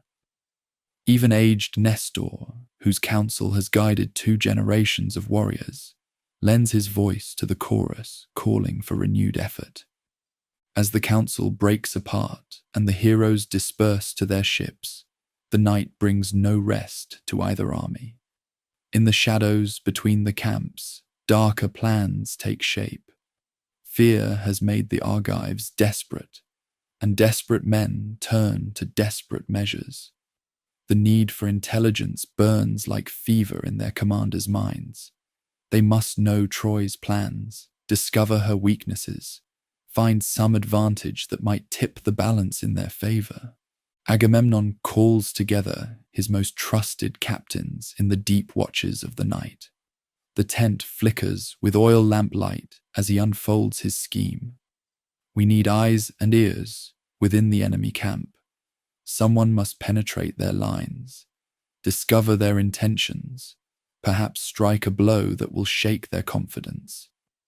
His gaze falls upon 2 figures who have never failed him in matters requiring both courage and cunning. The son of Tydeus steps forward first, his young face grim with purpose. Beside him stands Odysseus, the fox of Ithaca, whose mind works like a spider spinning webs of stratagem. Together they represent the perfect combination, divine blessed strength and mortal cleverness, the sword and the subtle word that together might accomplish what armies alone cannot. We will go, the Argive champion declares, his voice steady as bronze. But we go not merely as spies, but as agents of Troy's doom. If fortune favors us, we may return with more than mere intelligence. His companion nods, already weaving plans within plans, seeing possibilities that lesser minds cannot grasp. They arm themselves in darkness, choosing stealth over splendor. Gone are the gleaming bronze corselets and tall crested helmets that mark them as nobles of the battlefield. Instead, they don dark cloaks and soft-soled boots, carry daggers rather than spears, become shadows rather than heroes. The transformation is complete when Odysseus places upon his head a leather cap reinforced with boar's tusks, a gift from his grandfather Autolycus, master of thieves and tricksters. The night swallows them as they slip from the Argive camp like wolves on the hunt. Behind them, their comrades settle into uneasy sleep, dreams troubled by visions of defeat and dishonor. Ahead lies the enemy camp, where Troy's allies keep their own watch against exactly such incursions. But the defenders too have felt the sting of desperation. In a tent pitched among the Thracian allies, young Dolon, son of Eumedes, makes his own bargain with fate. The youth is no warrior, slender and swift of foot rather than broad of shoulder, more fitted for running messages than fighting battles. Yet ambition burns bright in his heart, and he has heard King Hector's promise. Whoever penetrates the Argive camp and returns with intelligence of their plans shall receive the immortal horses of Achilles as his reward. The offer is beyond dreams for one of humble birth. Those divine steeds, gifts from the gods themselves, represent more than mere transportation. They are symbols of heroic glory, prizes that would elevate their owner to the ranks of legend. Dolon sees himself driving those magnificent animals through Troy's streets while crowds cheer his name, sees poets composing songs of his exploit, sees a future bright with unimaginable honor. He wraps himself in a wolf's pelt its grey fur making him nearly invisible in the darkness, and sets out alone into the night. His mission mirrors that of his enemies: to spy, to gather intelligence, to return with secrets that might tip the balance of war. But where the Argive heroes move with the confidence of born killers, the young Thracian advances with the nervous energy of one who knows he is far from his element. The two missions converge in the darkness between the camps, like rivers flowing toward the same sea. Odysseus spots the lone figure first, his experienced eye catching movement where none should be. He signals his companion, and together they melt into the shadows, predators scenting prey. The pursuit is brief and deadly. Dolon, for all his speed, cannot outrun men driven by divine purpose and mortal desperation. They corner him in a dry riverbed, the son of Tydeus' spear point at his throat, while the son of Laertes prepares to extract every secret the trembling youth possesses. "Do not kill me," the young spy pleads, his voice cracking with terror. "My father is rich. He will pay you bronze and gold and wrought iron, treasure beyond counting if you spare my life." But his captors' faces remain hard as stone. They have not come for ransom, but for information, and they mean to have it all. Under their relentless questioning, the youth spills every secret he knows. He tells them of Hector's plans for the morning assault, reveals the positions of Troy's allied contingents, describes the layout of the enemy camp in detail that would make a spy master weep with joy. But most valuable of all, he speaks of the Thracian reinforcements that arrived after sunset. King Rhesus and his men camped apart from the main force, guarded by weariness and false confidence. "Rhesus came today from Thrace," he babbles, terror loosening his tongue beyond all caution. "His horses are the finest I have ever seen, whiter than snow, swift as the wind. His chariot is wrought with gold and silver, and his armor is a wonder to behold, golden and gleaming, too magnificent for mortal men to wear. And there is prophecy about him. If his horses drink from the river Xanthus and graze on Troy's plain, the city will never fall to Argive spears." The intelligence strikes his captors like lightning from Zeus himself. Here is opportunity beyond their wildest hopes. Not merely information, but the chance to strike a blow that might save the entire expedition. If the prophecy speaks truth, then preventing those horses from drinking Trojan water becomes more important than any conventional victory. They waste no time in debate. The son of Tydeus draws his sword with businesslike efficiency, and young Dolon's head rolls in the dust, his dreams of glory ending in blood and betrayal. There is no malice in the killing, no particular cruelty, merely the cold necessity of war, which transforms gentle men into predators and makes murder a tool of statecraft. With their source of intelligence silenced forever, the two Argive heroes turn toward the Thracian camp. They move like shadows given form, death walking softly through the night toward unsuspecting prey. Behind them, Dolon's blood darkens the earth, while his spirit flees to the house of Hades, his wolf-pelt cloak now truly prophetic. The Thracian camp sleeps in blissful ignorance of approaching doom. King Rhesus lies in the center of his men, his magnificent horses tethered nearby, their white coats ghostly in the starlight. The exhaustion of a long journey has made his warriors careless. Sentries doze at their posts, weapons lie unstacked and ready, and the general mood speaks of men who believe themselves far from danger. The attack, when it comes, is swift and silent as plague. The son of Tydeus moves through the sleeping camp like death's own shadow, his sword drinking blood with each stroke. 12 men die without ever waking, their throats opened before dreams can give way to nightmare. Beside him, Odysseus works with equal efficiency but different tools. His dagger finds hearts with surgical precision, while his hands muffle any sound that might wake the sleeping. Rhesus himself dies as he lived, surrounded by magnificence but ultimately helpless before fate's decree. The king's golden armor proves no protection against bronze driven by divine will and mortal desperation. His last sight is of strange faces looming over him in the darkness, foreign warriors whose very presence means his prophecies will never be fulfilled. But the horses are the real prize. These magnificent beasts, white as fresh snow and swift as storm winds, represent more than mere transportation. They are the key to Troy's survival, the living embodiment of divine favor that must not be allowed to taste Trojan water. Odysseus leads them away with gentle words and expert handling, while his companion gathers the dead king's armor as proof of their success. The retreat through enemy lines proves as perilous as the advance. Troy's camp stirs with the first hints of discovery. A sentry calls out a challenge. Voices rise in alarm. The hunt begins, even as the hunters melt away into darkness.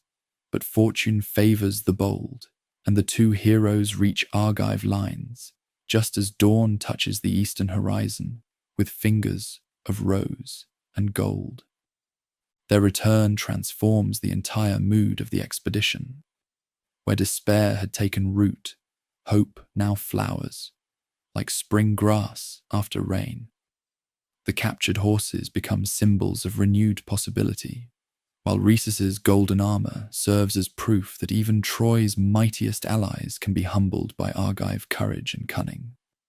But victory in the shadows does not translate to triumph in the light. As the sun climbs higher and the armies form their battle lines once more, the fundamental mathematics of siege warfare remain unchanged. Troy's walls still stand unconquered, her defenders still draw breath, and the greatest champion of all, the son of Peleus, still broods beside his ships, his terrible strength unused in the common cause.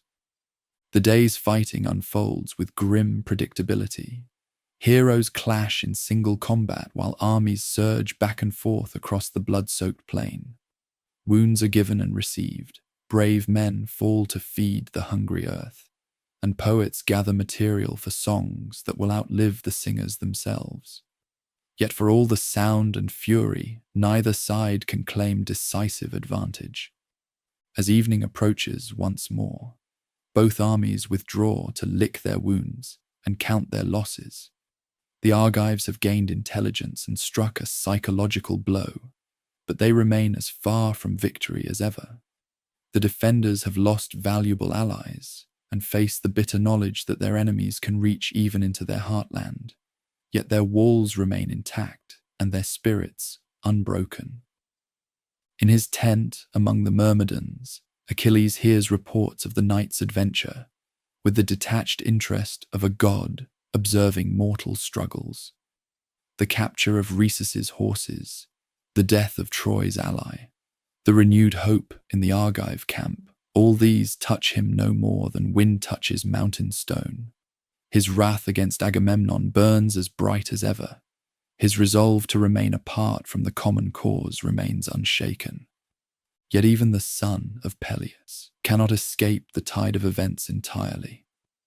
As the siege stretches toward its second decade, and heroes fall like leaves in autumn, the pressure mounts for him to set aside personal grievance for the greater good. Envoys will come, gifts will be offered, pleas will be made. But the greatest warrior of his age has chosen his path, and pride may prove stronger than wisdom in determining how this tale will end. The stars wheel overhead in their eternal dance, while mortal men below struggle with questions of honor and duty, love and hatred, life and death. Tomorrow will bring fresh violence, new heroes to the fore, and perhaps the beginning of the end for one side or the other. But tonight, in the brief respite between one day's bloodshed and the next, even warriors must rest. Even heroes must close their eyes and dream of homes they may never see again. The wind carries the scent of funeral pyres across the darkening plain, mixing the ashes of friend and foe until none can tell one from the other in death's democracy. Somewhere beyond the flickering campfires, a nightingale sings of sorrows yet to come, its voice lost in the vast indifference of the star-scattered sky. The morning sun rises like a blood-red eye over the plain of Troy, illuminating a scene of carnage that grows more desperate with each passing day. The Argive position, once secure behind their ramparts and close to their ships, now trembles on the edge of complete disaster. Hector has driven the invaders back to their very vessels, his bronze spear painting arcs of death across the narrow space between sea and fortification. The great wall that the Argives built to protect their camp, those mighty stones dragged from the hills, those ramparts blessed by their priests, lies breached in 3 places. Through these gaps pour the defenders like a tide of bronze and fury, their war cries echoing off the black hulls of ships that carried dreams of glory, but may soon carry only ashes and defeat. Smoke rises from burning vessels as Trojan firebrands find their mark. The acrid smell of tar and burning wood fills the air, while Argive heroes who once boasted of their prowess now fight with the desperation of cornered wolves. The son of Atreus himself has taken wounds that would fell lesser men, while the son of Tydeus fights with his left arm bound, blood seeping through hastily wrapped bandages. Even Ajax the Great, tower of Argive strength, gives ground before the relentless advance. Yet through all this chaos and approaching doom, one figure remains apart from the struggle. In his shelter among the Myrmidons, the son of Peleus sits motionless as a statue carved from marble, his divine armor untouched by battle sweat, his terrible spear gathering dust while lesser men die for causes he no longer calls his own. The greatest warrior of the age watches his former comrades face destruction with the cold detachment of an immortal observing mortal folly. But if the hero's heart remains unmoved by the suffering of kings and champions, it cannot remain closed to the anguish of one who is closer than a brother. Patroclus, son of Menoetius, stands at the entrance to their shared dwelling, tears streaming down his face like a spring that runs dark water down a sheer rock face. His grief is not for the dying Argives alone, but for the terrible choice his beloved companion has made. To let honor destroy honor, to let pride consume the very cause that pride was meant to serve. Why do you weep, Patroclus, like a little girl who runs after her mother and begs to be picked up, clinging to her dress and holding her back as she tries to go, looking up at her with tears until she lifts her up? The son of Peleus speaks with bitter humor that cannot quite mask his own pain. Have you some news from Phthia that I have not heard? They say Menoetius still lives, and my own father, Peleus, still lives among the Myrmidons. If either of these had died, we would both grieve. Or do you weep for the Argives as they perish by the hollow ships through their own recklessness? The younger warrior's response comes from the depths of a heart torn between loyalty and justice, between love for one man and duty to thousands. Son of Peleus, greatest of warriors, do not be angry, but such grief has come upon the Argives. All those who were before the best of them lie among the ships, struck down and wounded. The son of Atreus is wounded, and Odysseus famous with the spear, and the son of Tydeus, all of them struck by arrows or spears from men who fought from a distance, the healers attending them with medicines. But you remain implacable. His voice grows stronger as passion overcomes fear, the words pouring out like water from a broken dam. Never may such anger take hold of me as you nurse accursed courage. What good will you be to future men if you do not ward off shameful destruction from the Argives? Pitiless one, your father was not the horseman Peleus, nor was Thetis your mother. The grey sea bore you, and the sheer cliffs, so hard is your heart. But if in your mind you are avoiding some prophecy, and your queenly mother has told you something from Zeus, at least send me quickly, and let the rest of the Myrmidons follow with me, that I might be a light to the Danaans. Give me your armour to wear about my shoulders. Perhaps the enemy will mistake me for you, and withdraw from battle, and the warlike sons of the Achaeans might catch their breath, worn out as they are. We who are fresh might easily drive men weary from fighting back to their city, away from the ships and shelters. The words hang in the air between them, like a sword balanced on its point. Here is the choice that will reshape destiny itself, not the grand decision of kings or the clash of armies, but the simple plea of one friend to another, offered in love and received in the terrible silence of a heart at war with itself. The son of Peleus feels something crack within his chest, a sound like ice breaking on a winter river. For 9 years of siege and countless days of nursing his wrath, he has held fast to his resolve. No gift could move him, no plea could touch him, no threat could shake him. But this cuts deeper than any bronze blade. This strikes at the core of what makes him more than mortal despite his divine blood. His beloved companion stands before him asking not for gold or glory, not for recognition or reward, but simply for the chance to die in his place. The offer is made with such innocent courage, such pure-hearted devotion, that even a hero's pride must bend before it like bronze before the smith's hammer. Yet the granting of this request comes wrapped in conditions that speak to the terrible precision of fate. If you must go, the hero says at last, his voice thick with emotions he dare not name, then hear my words and set them deep in your mind. Drive the enemy from the ships, that much I grant. But when you have cleared them away, come back. Do not be carried away by the joy of battle to fight without me against the horse-taming defenders, or you will diminish my honor. And do not lead the way toward Troy in the excitement of victory. One of the immortals who hold Olympus might intervene. Apollo the far-shooter loves them greatly. Turn back when you have brought safety to the ships, and let the others fight it out on the plain. The hero's hands tremble as he lifts his own armor, bronze breastplate hammered by divine craft, greaves that have never known defeat, the great shield that has turned aside the weapons of gods and men alike.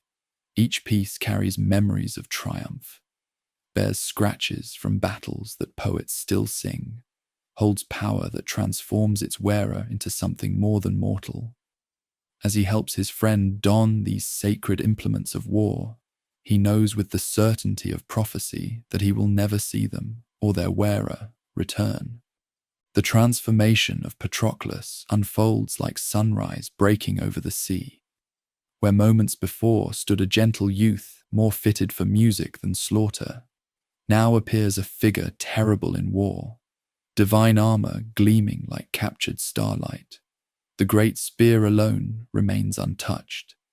That ash shaft cut from Pelion's peak, tipped with bronze and balanced for the hand of the son of Peleus alone. No other mortal hero can wield that weapon, for it was crafted by the gods themselves as a wedding gift when Thetis took mortal Peleus as her husband. The Myrmidons gather around their borrowed champion like wolves scenting blood. These men have waited through long months of inaction, their battle fury bottled up like wine in a cracked jar. Now, seeing their lord's armor and believing their lord himself has returned to lead them, they howl their joy to the uncaring sky. 50 ships they crew, 50 contingents of the finest warriors Phthia ever bred, men who love the son of Peleus more than life itself, and will follow his seeming anywhere death might lead. The assault on the Trojan advance comes like lightning from a clear sky. One moment the defenders press forward with irresistible momentum, fire in their hands and victory songs on their lips. The next, the Myrmidons crash into their flank like a wave breaking against stone, bronze singing its song of slaughter, while their battle cry shakes the very foundations of Troy's ancient walls. At their head rides Patroclus in his borrowed glory, the divine armor making him appear as terrible as its true owner. Trojans who have learned to fear that gleaming bronze fall back in dismay, believing the son of Peleus has finally cast aside his wrath to rejoin the common cause. Heroes who have stood firm against Ajax the Great and held their ground before the son of Tydeus flee like children before the coming storm. The tide of battle turns with shocking swiftness. Ships that moments before blazed with enemy fire are saved by Myrmidon spears, while the great breach in the Argive wall becomes a gate through which death flows backward toward Troy. Patroclus drives his chariot through the press like a god walking among mortals, his borrowed spear drinking deeply of enemy blood, while his voice rings out with battle cries that sound almost like those of his beloved friend. Yet even in the sweet wine of victory, the seeds of disaster take root. The gentle youth who once played the lyre and tended wounds finds himself drunk on slaughter, intoxicated with the power that flows through divine bronze and blessed steel. Each fallen enemy feeds the fire in his blood. Each cry of fear from Trojan throats makes him feel more godlike, more invincible, more eager to press forward into greater glory. The warning words of the son of Peleus fade like morning mist before the blazing sun of triumph. What matter caution when the enemy flees? What use restraint when victory beckons just beyond the next charge? The young warrior sees himself in his mind's eye, driving through Troy's gates, standing triumphant on her citadel, claiming glory that will echo through the ages. In his borrowed armor, he feels capable of any deed, worthy of any honor. The advance continues past the ships, past the ramparts, out onto the plain where heroes have struggled for 9 long years. Behind him, the Myrmidons follow their seeming lord with absolute devotion, while ahead, the defenders fall back in growing disorder. For the first time since the war began, Troy's walls grow large in Argive eyes, and her people taste the bitter draught of genuine fear. But on Olympus, Apollo Farshooter watches with growing alarm as events spiral beyond what fate has decreed. This mortal boy in borrowed plumes drives too far, reaches too high, threatens to upset the careful balance the immortals have woven. The god's silver bow sings as he descends to earth like a falling star, his divine presence bending the very air around him. 3 times Patroclus assaults the walls of Troy itself, his borrowed courage carrying him where even the son of Peleus might hesitate to venture. 3 times Apollo himself beats him back, the god's immortal hands pressed against his shield, divine voice thundering warnings that echo across both earth and heaven.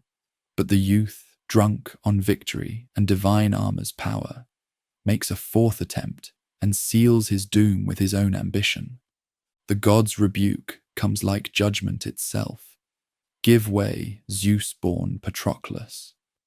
It is not fated that proud Troy be sacked by your spear, nor even by that of the son of Peleus, who is far greater than you. The words carry the weight of cosmic law, the immutable will of powers beyond mortal understanding. Even heroes must bend before such authority. Even the gods themselves cannot alter what fate has decreed. But the damage is done, the pattern set in motion. Apollo strides among the defending ranks, his divine presence kindling fresh courage in hearts grown cold with fear. His words to the greatest of Troy's champions ring with promise and prophecy. Hector, and all you other leaders of the defenders and their allies, shame on you. Are you to flee before the Argives like bleating sheep? Now Patroclus has roused the Danaans who were downcast beside their ships. That is not the son of Peleus. His anger still holds him by the ships. But this one is doing great damage, so stand firm against him. The counterattack builds like a thunderstorm gathering on summer mountains. Where disorder ruled moments before, now purpose takes hold. Trojan heroes who scattered before the Myrmidon charge remember their duty to home and hearth, while their allies recall the oaths that brought them to this distant shore. The balance of battle shifts once more as divine will asserts itself against mortal ambition. In the center of the storm stands Hector, son of Priam, greatest of mortal warriors save one alone. His bronze spear thirsts for blood, while his voice rings out with commands that transform rout into resistance, fear into fury. He sees the borrowed armor gleaming in the press, and knows his moment has come, the chance to strike a blow that will echo through eternity, to claim a victory that will justify all the blood and tears of 9 years' siege. The duel, when it comes, unfolds with the terrible inevitability of tragedy. Patroclus, for all his gentle heart and borrowed courage, is not the son of Peleus.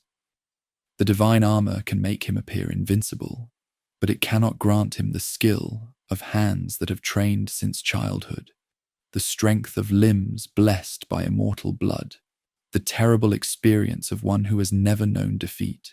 Yet the youth fights with the desperation of love itself, knowing that his friend's honor rests upon his shoulders, that thousands of lives hang in the balance of this single combat. His spear finds its mark more than once, and Trojan blood darkens the earth beneath his feet. For a moment, just a moment, it seems the impossible might occur, that love and loyalty might triumph over fate itself.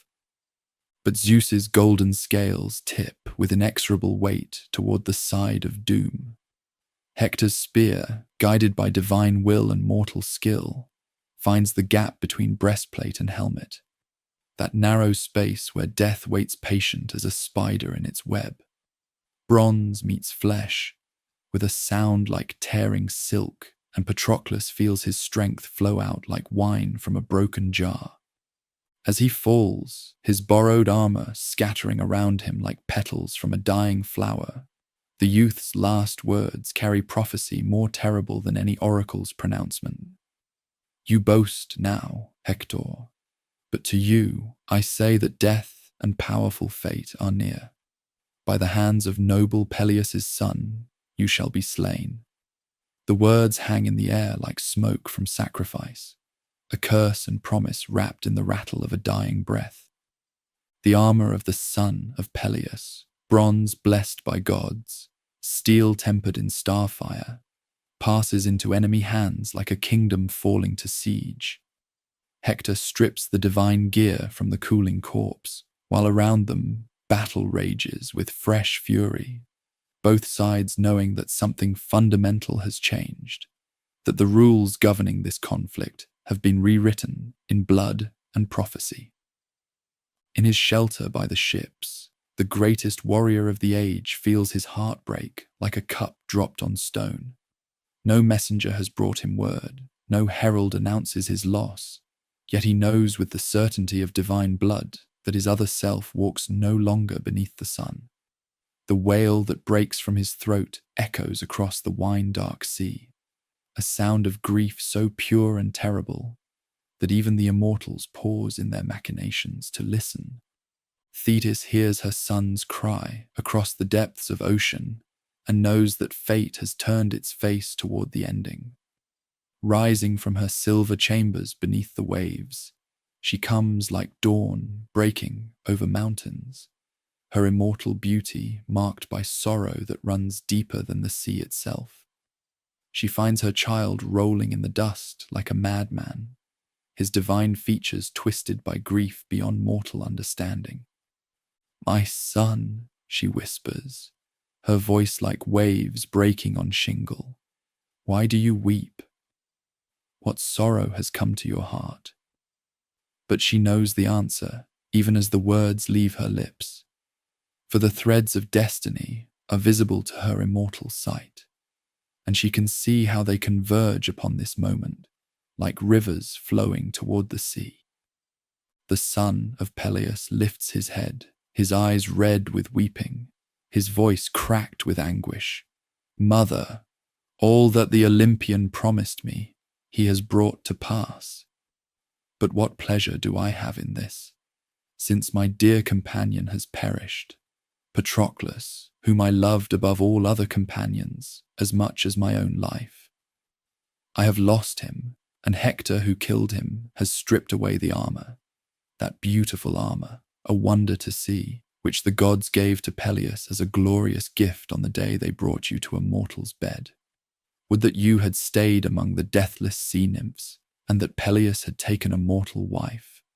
But now you must suffer countless griefs in your heart for your dead son, whom you will never again receive returning home, since my heart does not bid me live and remain among men, unless Hector first loses his life struck down by my spear, and pays the price for Patroclus's slaughter. The words seal his fate, as surely as bronze seals a tomb. Silver-footed Thetis weeps tears that fall like rain upon the wine-dark sea, for she knows what this choice means. Her son, her only child born of her union with mortality, chooses the short path that leads to immortal glory and early death. No power in heaven or earth can turn him from this course, now that love has been transformed into wrath, gentleness into fury, the protector into the destroyer. The sun sets like a bronze shield behind the western mountains, painting the plain of Troy in shades of blood and gold. Tomorrow will bring fresh armor forged by divine hands, weapons that will make their wielder terrible beyond mortal understanding. Tomorrow will bring the return of the son of Peleus to the field of battle, and with him such slaughter as the world has never seen. But tonight, in the brief space between one doom and the next, grief rules all. The Myrmidons keen for their fallen leader, while their lord tears his hair and cries his anguish to the uncaring stars. In Troy, Hector polishes captured armor, while his wife weaves shrouds she does not yet know she will need. And somewhere beyond the reach of mortal eyes, the fates smile their terrible smiles and continue weaving the pattern that will make this tale immortal. Dawn breaks over Troy like blood spilled across marble, the sky itself seeming to weep crimson tears for the violence about to unfold. In the divine forges beneath Mount Olympus, Hephaestus the smith has labored through the night, his mighty hammer ringing against anvils that have shaped the weapons of gods. The armor he creates surpasses all mortal craft, bronze that gleams like captured starlight, a shield that bears upon its surface the entire world in miniature, greaves that sing with power when they move. When silver-footed Thetis bears these gifts to her grieving son, she finds him still lying in the dust beside his friend's corpse, his divine features ravaged by a sorrow deeper than mortal understanding. The sight breaks her immortal heart anew, for she sees in him not the terrible warrior he will become, but the gentle child who once played on Phaea's shores while she sang him songs of heroes long dead. "My child," she whispers, her voice like waves lapping against stone. "Let the dead lie, though we grieve for him. He has been killed by the will of the immortals. But accept from me these glorious gifts from Hephaestus. No mortal man has ever worn such armor." She lays the divine panoply before him like a priest arranging sacred offerings, each piece blazing with its own inner fire. The transformation begins the moment bronze touches flesh, Where grief had made the hero weak as a child, divine craft now makes him terrible as a god. The breastplate molds itself to his form as if alive. The helmet's crest nods with supernatural menace, and from his eyes begins to shine a light that mortals can barely endure to look upon. This is no longer the sulking youth who withdrew from battle over wounded pride. This is wrath incarnate, vengeance given form, death walking upright in the shape of man. His war cry, when it comes, shakes the very foundations of Troy's ancient walls. 3 times he shouts his fury to the morning sky, and 3 times the defenders fall back in terror from the sound. It is not the voice of any mortal hero, but something far more terrible. The roar of earthquake, the howl of storm wind, the crash of waves destroying all they touch. The effect upon the battlefield is immediate and devastating. Trojan heroes who have stood firm against Ajax the Great and held their ground before the son of Tydeus flee like deer before hunting wolves at the mere sight of that blazing figure. Even Hector, bravest of Priam's sons, feels his heart grow cold as winter at the sound of that supernatural battle cry. But before the son of Peleus can loose his fury upon the world, reconciliation must come with those he had abandoned in his wrath. The son of Atreus, wounded and desperate, approaches with words of apology thick as honey. Son of Peleus, greatest of warriors, I was mad. I do not deny it. One man Zeus loves is worth many troops. He has honored you and struck down the Achaean host.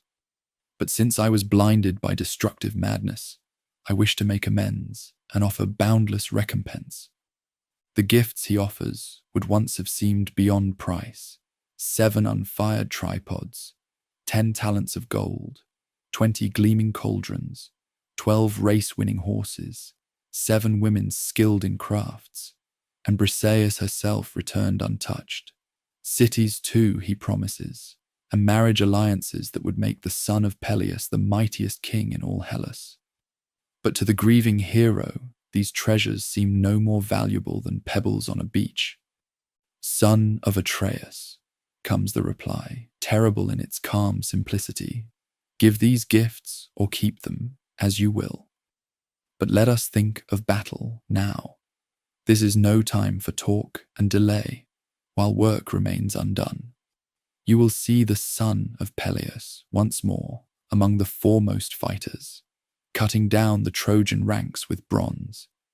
Let each of you remember this as he fights his man. The armies form their lines with the solemnity of priests preparing sacrifice, for all know that something fundamental has changed in the war's character. Where before heroes fought for glory and kings for honor, now divine wrath walks among them, seeking not victory but obliteration, not triumph but the total destruction of everything that stands in its path. When the son of Peleus finally strides onto the battlefield, the very earth seems to recoil beneath his feet. His armor blazes like a second sun, his divine spear thirsts for blood, and from his shield radiates power that makes strong men weak and brave men flee. Even his immortal horses, Xanthos and Balios, gifts from the sea gods themselves, seem to sense the doom that rides with their master. As he mounts his chariot, one of these divine steeds, Xanthos the Golden, suddenly finds voice and speaks prophecy that chills the blood. We shall bear you swift as the wind today, mighty hero, but your day of death is near. We are not to blame, but a great God and powerful fate. Not through any slowness or slackness of ours did the defenders strip the armor from Patroclus's shoulders. It was the best of gods, fair-haired Leto's son, who killed him in the forefront and gave glory to Hector. We could run swift as the west wind, which men say is the fastest of all things. But it is your fate to be overpowered by a god and a mortal. The hero's response rings with acceptance of destiny and defiance of death itself. Xanthos, why do you prophesy my doom? You need not. I myself know well that it is my fate to die here, far from my dear father and mother. But still, I will not stop until I have driven the enemy to their fill of war. With these words, he drives his divine team forward into the press of battle, carrying death before him like a banner. The slaughter that follows exceeds anything the war has yet witnessed. Where the son of Peleus rides, the earth grows black with blood, and the river Scamander begins to choke on corpses. Trojans fall like wheat before the reaper's blade. Lycaon, who once was captured and ransomed but now finds no mercy. Asteropaeus, the ambidextrous spearman, who hurls 2 shafts at once yet cannot pierce divine armor. Dozens more whose names are remembered only in the poet's catalogue of the dead. But it is not enough for the hero's fury. Simple killing cannot satisfy wrath that burns with the heat of stars. He drives the fleeing enemy into the sacred river itself, turning its clear waters red with blood, filling its course with so many corpses that the current slows to a crawl. Here, in the sacred stream that has flowed pure since the world began, he commits acts that make the very gods recoil in horror. The river god Scamander can endure no more. Rising from his polluted waters in the form of a man, his voice booms across the battlefield like thunder. Son of Peleus, you surpass all mortals in might, and in evil deeds too, for the gods are always helping you.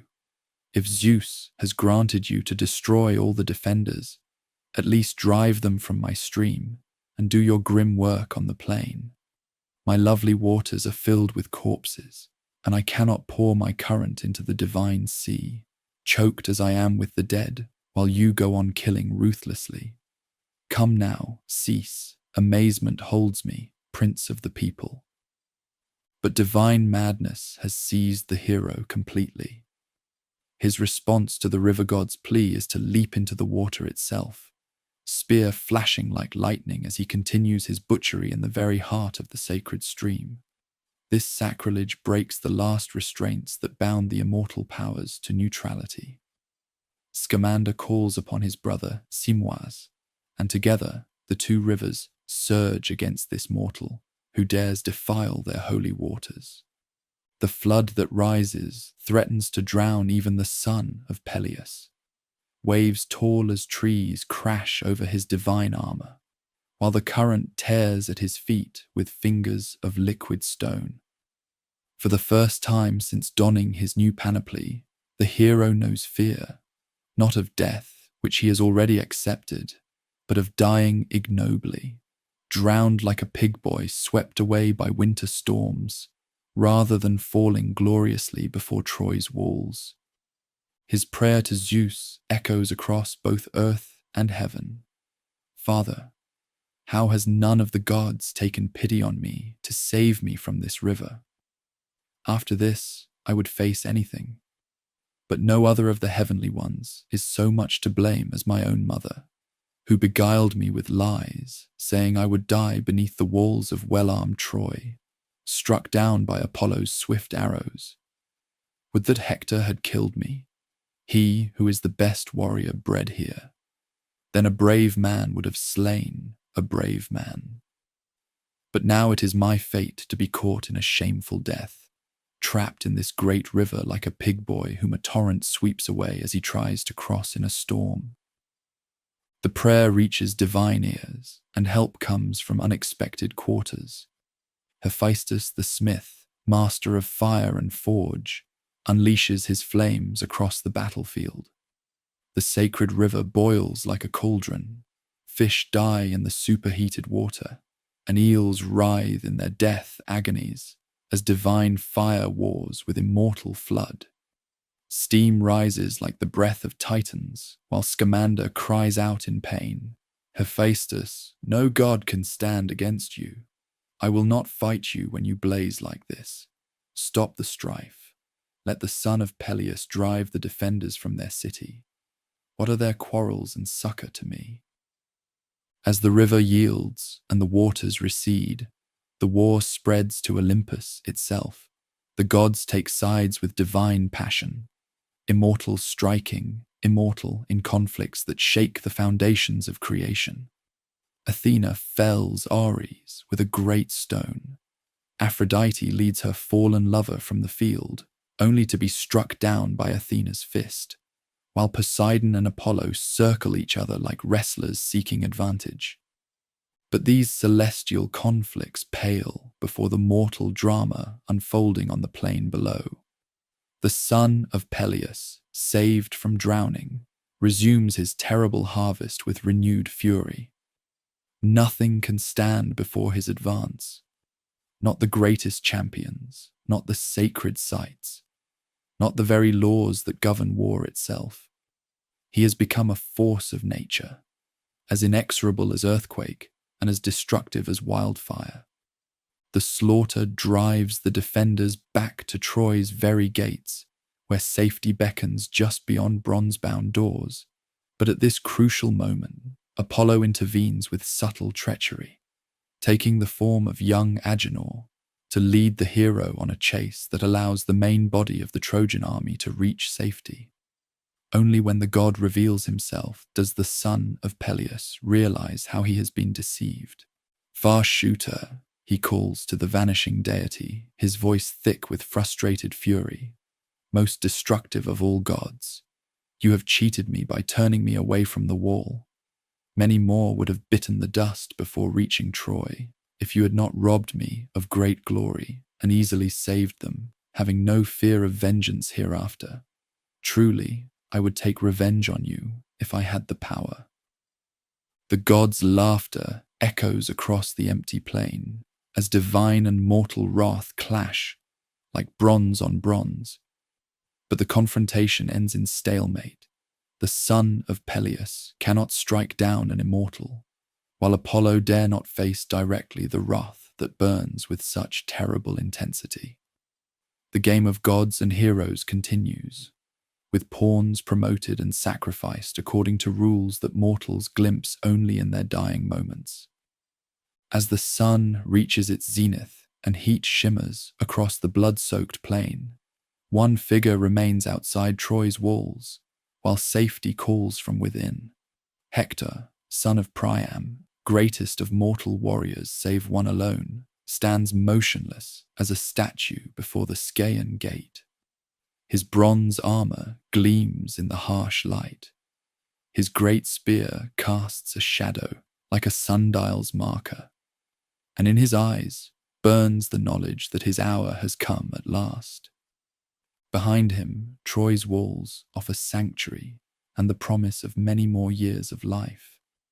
Before him, across the corpse-strewn plain, death approaches in the form of the son of Peleus. Divine armor blazing like a falling star, terrible spear thirsting for the blood that will balance the scales of vengeance. Between these two choices, safety and shame, or honor and death, the greatest defender must make the choice that will echo through eternity. The stage is set for the final act of this long tragedy. Two heroes will meet. Only one will walk away. And the fate of Troy will be decided not by the clash of armies, but by the outcome of single combat between champions whose names will outlive the stones of their cities. The wind carries the scent of blood and burning across the wine-dark plain, while somewhere in the distance a nightingale sings of sorrows yet to come. The greatest champion of Troy stands alone before the Scaean gate, like a bronze statue given life, his shadow falling long and dark across stones worn smooth by generations of heroes' feet. Behind him, the city's walls offer sanctuary and the sweet promise of continued existence. Before him, across the corpse-littered plain, approaches death incarnate, the son of Peleus in his divine armor, terrible as a god walking among mortals. For 9 years, Hector has been Troy's shield and spear, her greatest hope and surest defense. He has faced the mightiest champions of the Argive host and emerged victorious, stood firm when lesser men fled, carried the hopes of an entire people upon his bronze-clad shoulders. But now, watching that blazing figure draw near with murder in his heart, even the bravest of Priam's sons feels fear touch his warrior's soul like ice. From Troy's high tower, his aged father sees the approaching doom and tears his grey hair in anguish. "Hector!" the old king cries, his voice cracking with desperate love. "My dear son, do not wait for that man alone, without allies, lest you quickly meet your doom, overcome by the son of Peleus, since he is much stronger. Pitiless one, would that he were as dear to the gods as he is to me. Then quickly would dogs and vultures eat him as he lies, and bitter grief would leave my heart. He has bereaved me of many noble sons, killing them or selling them to far islands. Come within the wall, my child, to be the saviour of Troy's men and women. Do not give great glory to the son of Peleus and lose your own sweet life." His mother Hecuba adds her voice to the lament, bearing the breast that once nursed him. "Hector, my child, respect this breast and pity me. If ever I gave you the breast that soothes sorrow, remember it now, dear child. Ward off this dangerous man from within the wall. Do not stand as champion against him. Ruthless one, if he kills you, I shall never mourn you on your deathbed, dear branch that I bore, nor will your richly dowered wife. But far from us both, by the ships of the Argives, swift dogs will devour you." But their pleas fall upon ears, already deafened by honour's demands. The defender of Troy knows that flight now would mean eternal shame, that the greatest warrior cannot preserve his life at the cost of his city's hope. Better to face death gloriously than live with the knowledge that cowardice opened Troy's gates to her enemies. His mind is made. Here he will stand, here he will fight, here he will die if the fates decree it. Yet when that terrible figure draws near enough for mortal eyes to make out features, when divine armour blazes like the sun itself and immortal spear thirsts visibly for blood, even heroic resolve wavers.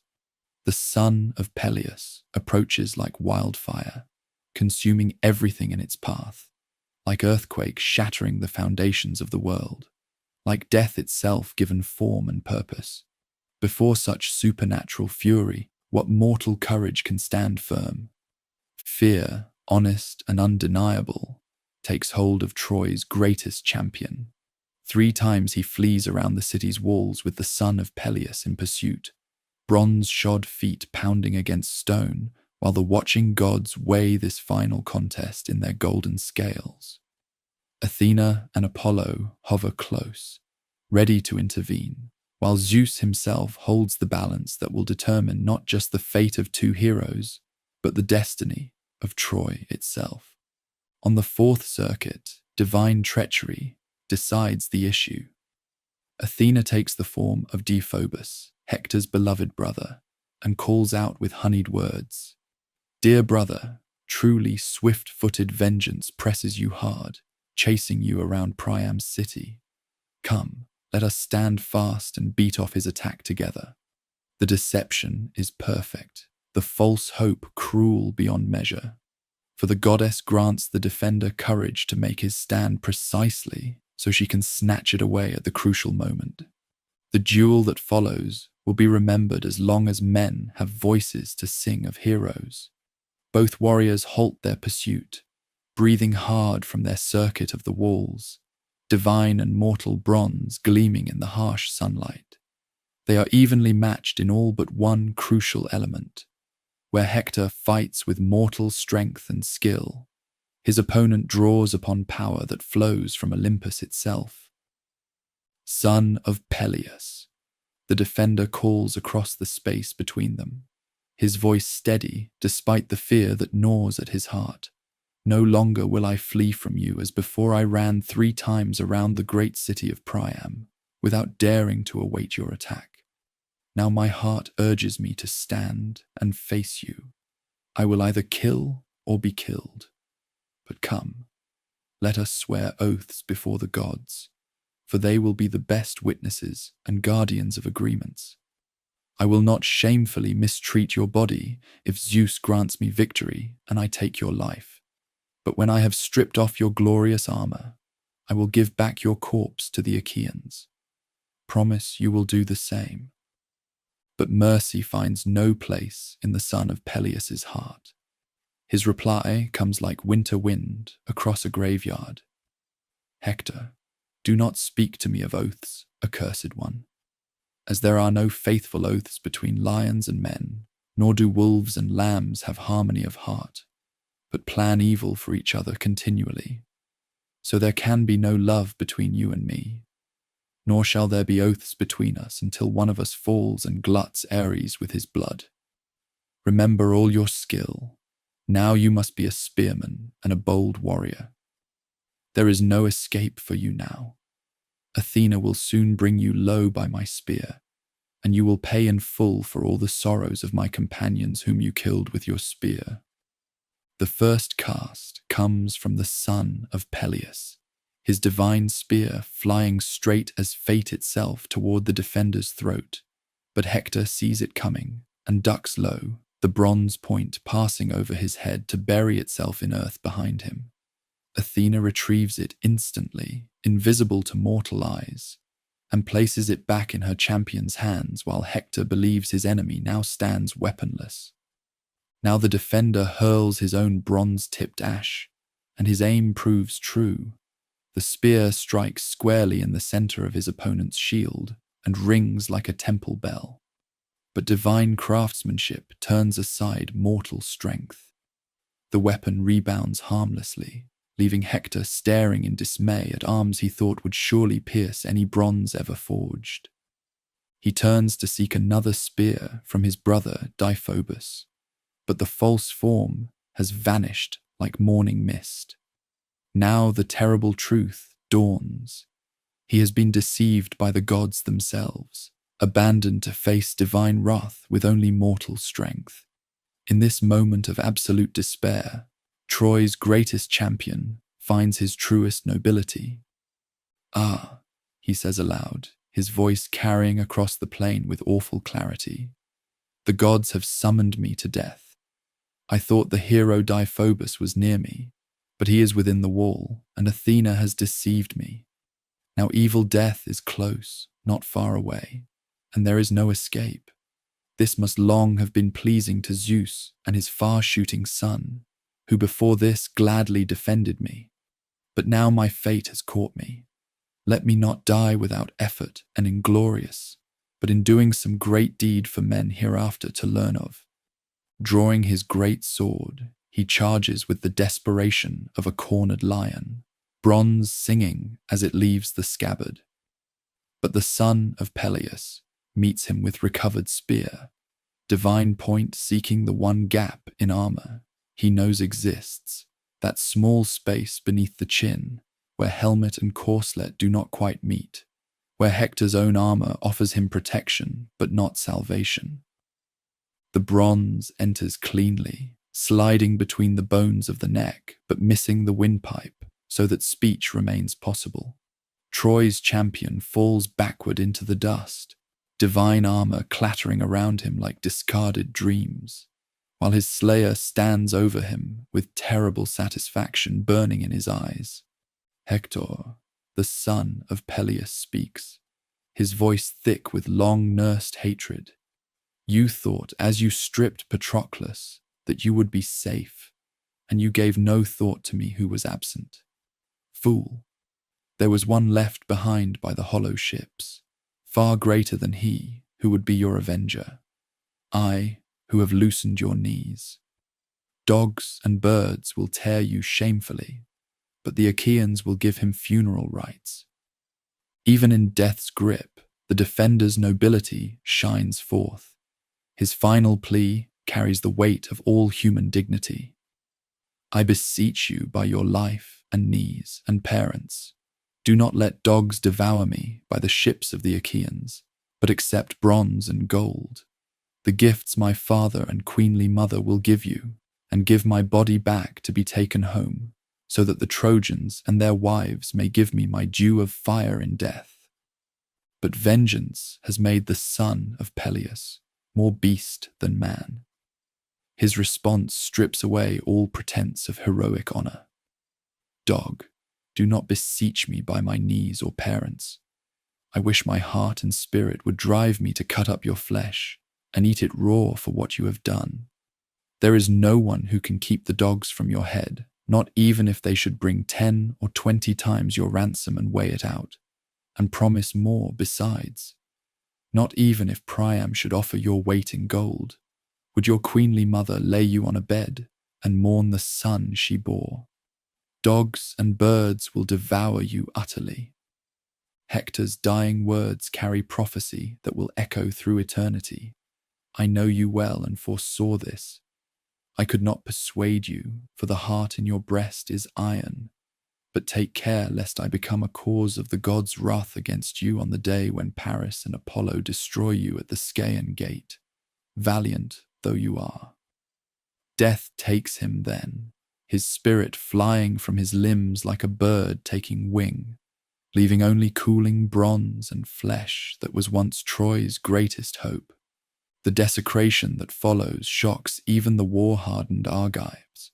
The son of Peleus pierces his enemy's ankles behind the tendons and threads leather thongs through the wounds, binding the corpse to his chariot. Then, mounting his divine car, he drives wildly around the walls of Troy, dragging his prize through dust and stones while the defenders' people watch in horror from their towers. 3 times he circles the city with his grisly trophy, bronze armor scraping against stone, while blood marks their passage like a painter's brush across canvas. The sight breaks Priam's heart completely. The old king tears his hair and rolls in dung, calling out his son's name while his people weep for their lost protector. Within the palace, Andromache weaves at her loom, her hands moving in the eternal rhythm of women's work, while she dreams of her husband's safe return. She calls for servants to heat a bath for Hector when he comes home from battle, not knowing that he will never again need warmth from mortal fire. Only when the wailing reaches her ears does terrible understanding dawn. Racing to the wall like a madwoman, she sees the horses dragging what was once her beloved across the pitiless stones. Her scream echoes across Troy as consciousness flees her like a bird taking wing. Hector! Unhappy am I. We were both born to one fate. You in Troy, in the house of Priam, and I in Thebe under wooded Placus, in the house of Aegean, who raised me when I was small, ill-fated father of ill-fated daughter. Would that he had never begotten me. Now you are going to the house of Hades beneath the secret places of the earth, leaving me in hateful widowhood in the palace, and your son is still just a baby, son of you and me, both doomed. The funeral games for Patroclus unfold over 12 days, magnificent in their scope and solemn in their purpose. Champions compete in chariot racing, boxing, wrestling, foot racing, spear throwing, and archery, while the son of Peleus gives out prizes that would ransom kingdoms. Yet through all these celebrations of his friend's memory, his own grief remains unassuaged, his fury unquenched. Each dawn finds him dragging Hector's corpse around Patroclus's burial mound, seeking in this repetitive cruelty some release from the pain that gnaws at his heart like a living thing. But divine intervention preserves the body from corruption. Apollo protects his faithful servant even in death, keeping the flesh whole despite its daily torment. On Olympus, the gods grow sickened by this spectacle. Zeus himself finally intervenes, sending Iris to summon aged Priam for a mission that will test the very limits of human courage. The rainbow goddess finds the old king in his palace, broken by grief but still clinging to the dignity of his royal station. Divine Priam, she speaks with honeyed words that carry divine command. Zeus bids you go to the ships of the Achaeans to ransom your son, carrying gifts that will soften the heart of the son of Peleus. Go alone, let no other Trojan come with you, but only a herald, an old man, to drive the mules and smooth-wheeled wagon, and bring back to the city the dead man whom divine vengeance has slain. Let not death be in your thoughts or any fear. Such a guide will escort you, the guide of souls, who will lead you until you come to the son of Peleus. The journey through enemy lines requires courage beyond mortal measure. In darkness deeper than a moonless night, the old king drives his treasure-laden wagon past Argive sentries who sleep under divine enchantment.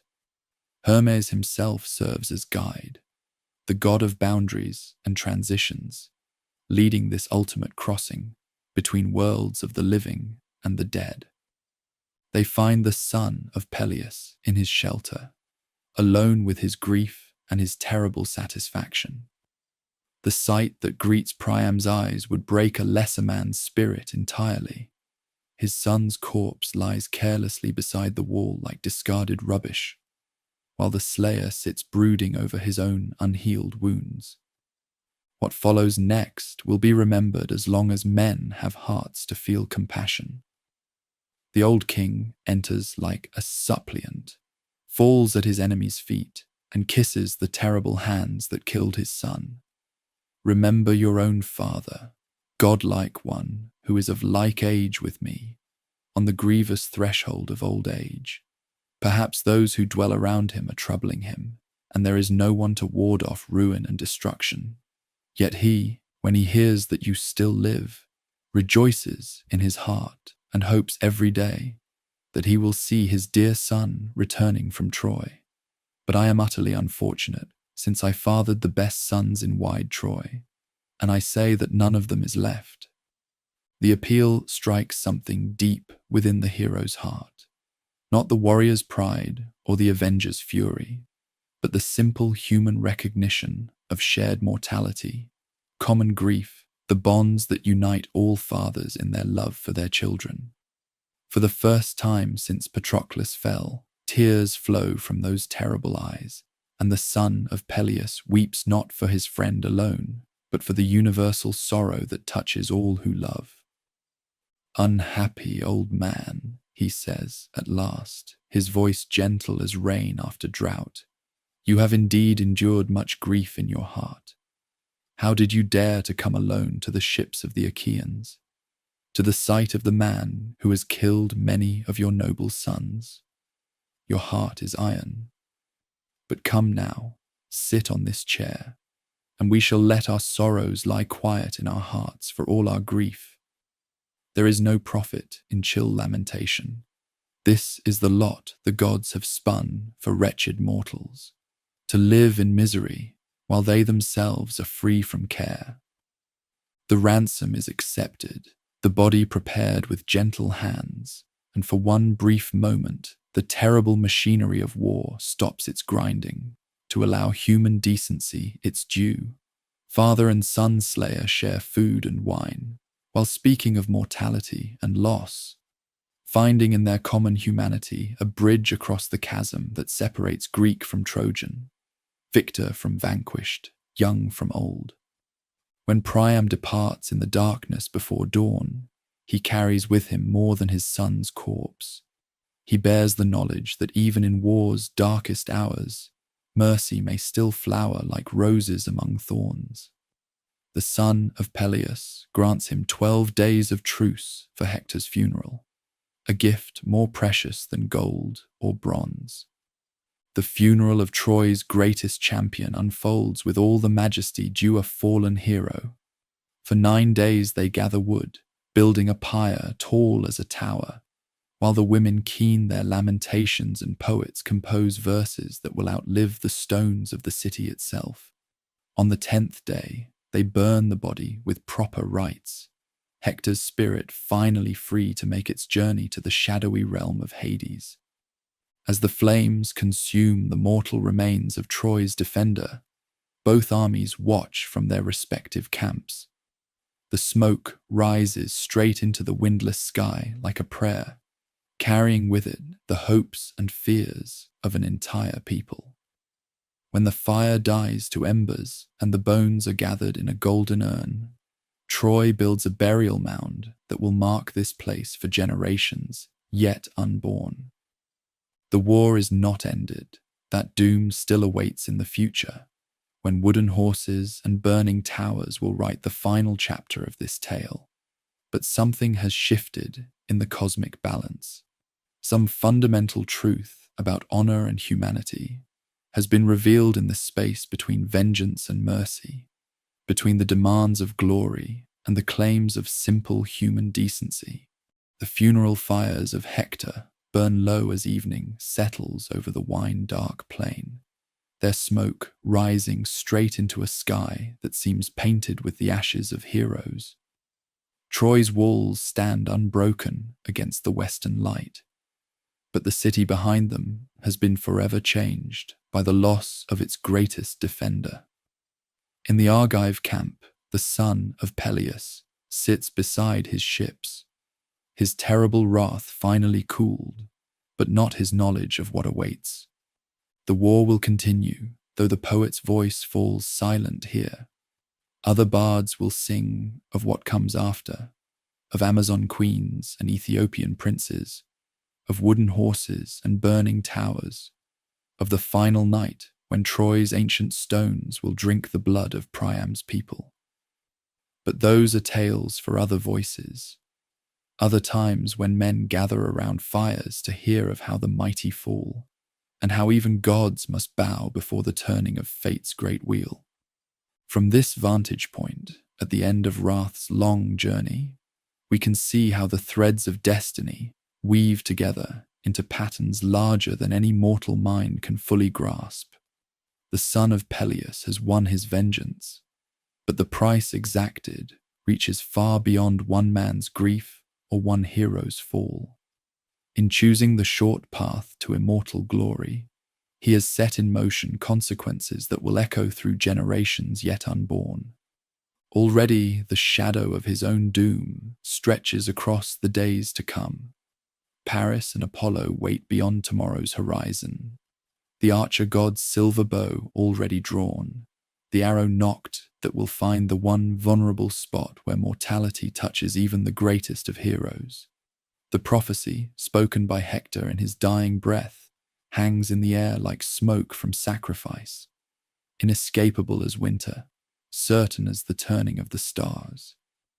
Yet in the space between vengeance achieved and doom approaching, something deeper has been revealed about the nature of heroism itself. When Priam knelt before his son's slayer and kissed the hands that dealt death, when the son of Peleus wept for both his friend and his enemy's father, when mercy flowered in the heart of pitiless wrath, in that moment, the true measure of what makes men great was taken and found to rest not in strength of arm or skill with bronze, but in the harder courage of compassion. The walls of Troy will fall, as walls must when gods decree their breaking. The heroes whose names echo through our tale will pass into shadow, their bronze bright armor rusting in the earth, their voices joining the vast silence that swallows all mortal glory. But the truths their struggles have revealed, about honor and pride, love and loss, the bonds that unite us and the passions that tear us apart, these will endure as long as mortals draw breath beneath the wheeling stars. In years to come, when poets gather in marble halls to sing of ancient days, they will tell how wrath began this tale and mercy ended it. They will speak of heroes who blazed like stars across the darkness, burning bright and brief before fading into legend. They will weave words around the eternal questions that drove these champions to glory and to doom. What price is honor worth? How much love can a heart contain before it breaks?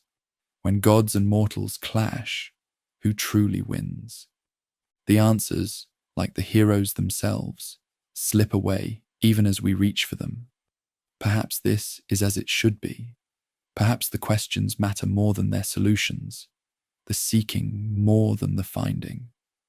In every age, new heroes will arise to test themselves against these same eternal challenges, to discover in their own hearts what courage means, what duty demands, what love can accomplish even in the face of certain death. The campfires flicker and fade along the shore of the wine-dark sea, but somewhere in the darkness, a poet's voice begins again, the ancient song, "Sing, goddess of wrath." And in that beginning, all endings are contained, all stories find their start, all heroes begin their journey toward whatever immortality awaits those who dare to live as though their choices matter, as though honor is worth any price, as though love can triumph even over death itself. The wind carries salt spray across the darkening plain, mixing the tears of the sea with the dust of kings and commoners alike. Above, the stars wheel in their eternal dance, marking time for gods and mortals both, while below, the great story continues, ever old, ever new, ever singing of the glory and the grief that make us human. Here ends the tale of wrath and its consequences, of heroes and their choices, of the long shadow that Troy's story casts across all the days that follow. Let those who hear remember, and in remembering, honor both the fallen and the yet to fall. For in the end, we are all players in the same eternal drama, all heroes of our own small chapters in the vast book that has no final page. The darkness deepens, the fires fade to embers, and silence settles over the plain where gods and mortals played out their eternal game. But the song continues, will always continue, as long as human hearts beat with the rhythm of courage and compassion, wrath and mercy, love and loss, the endless music that makes heroes of us all.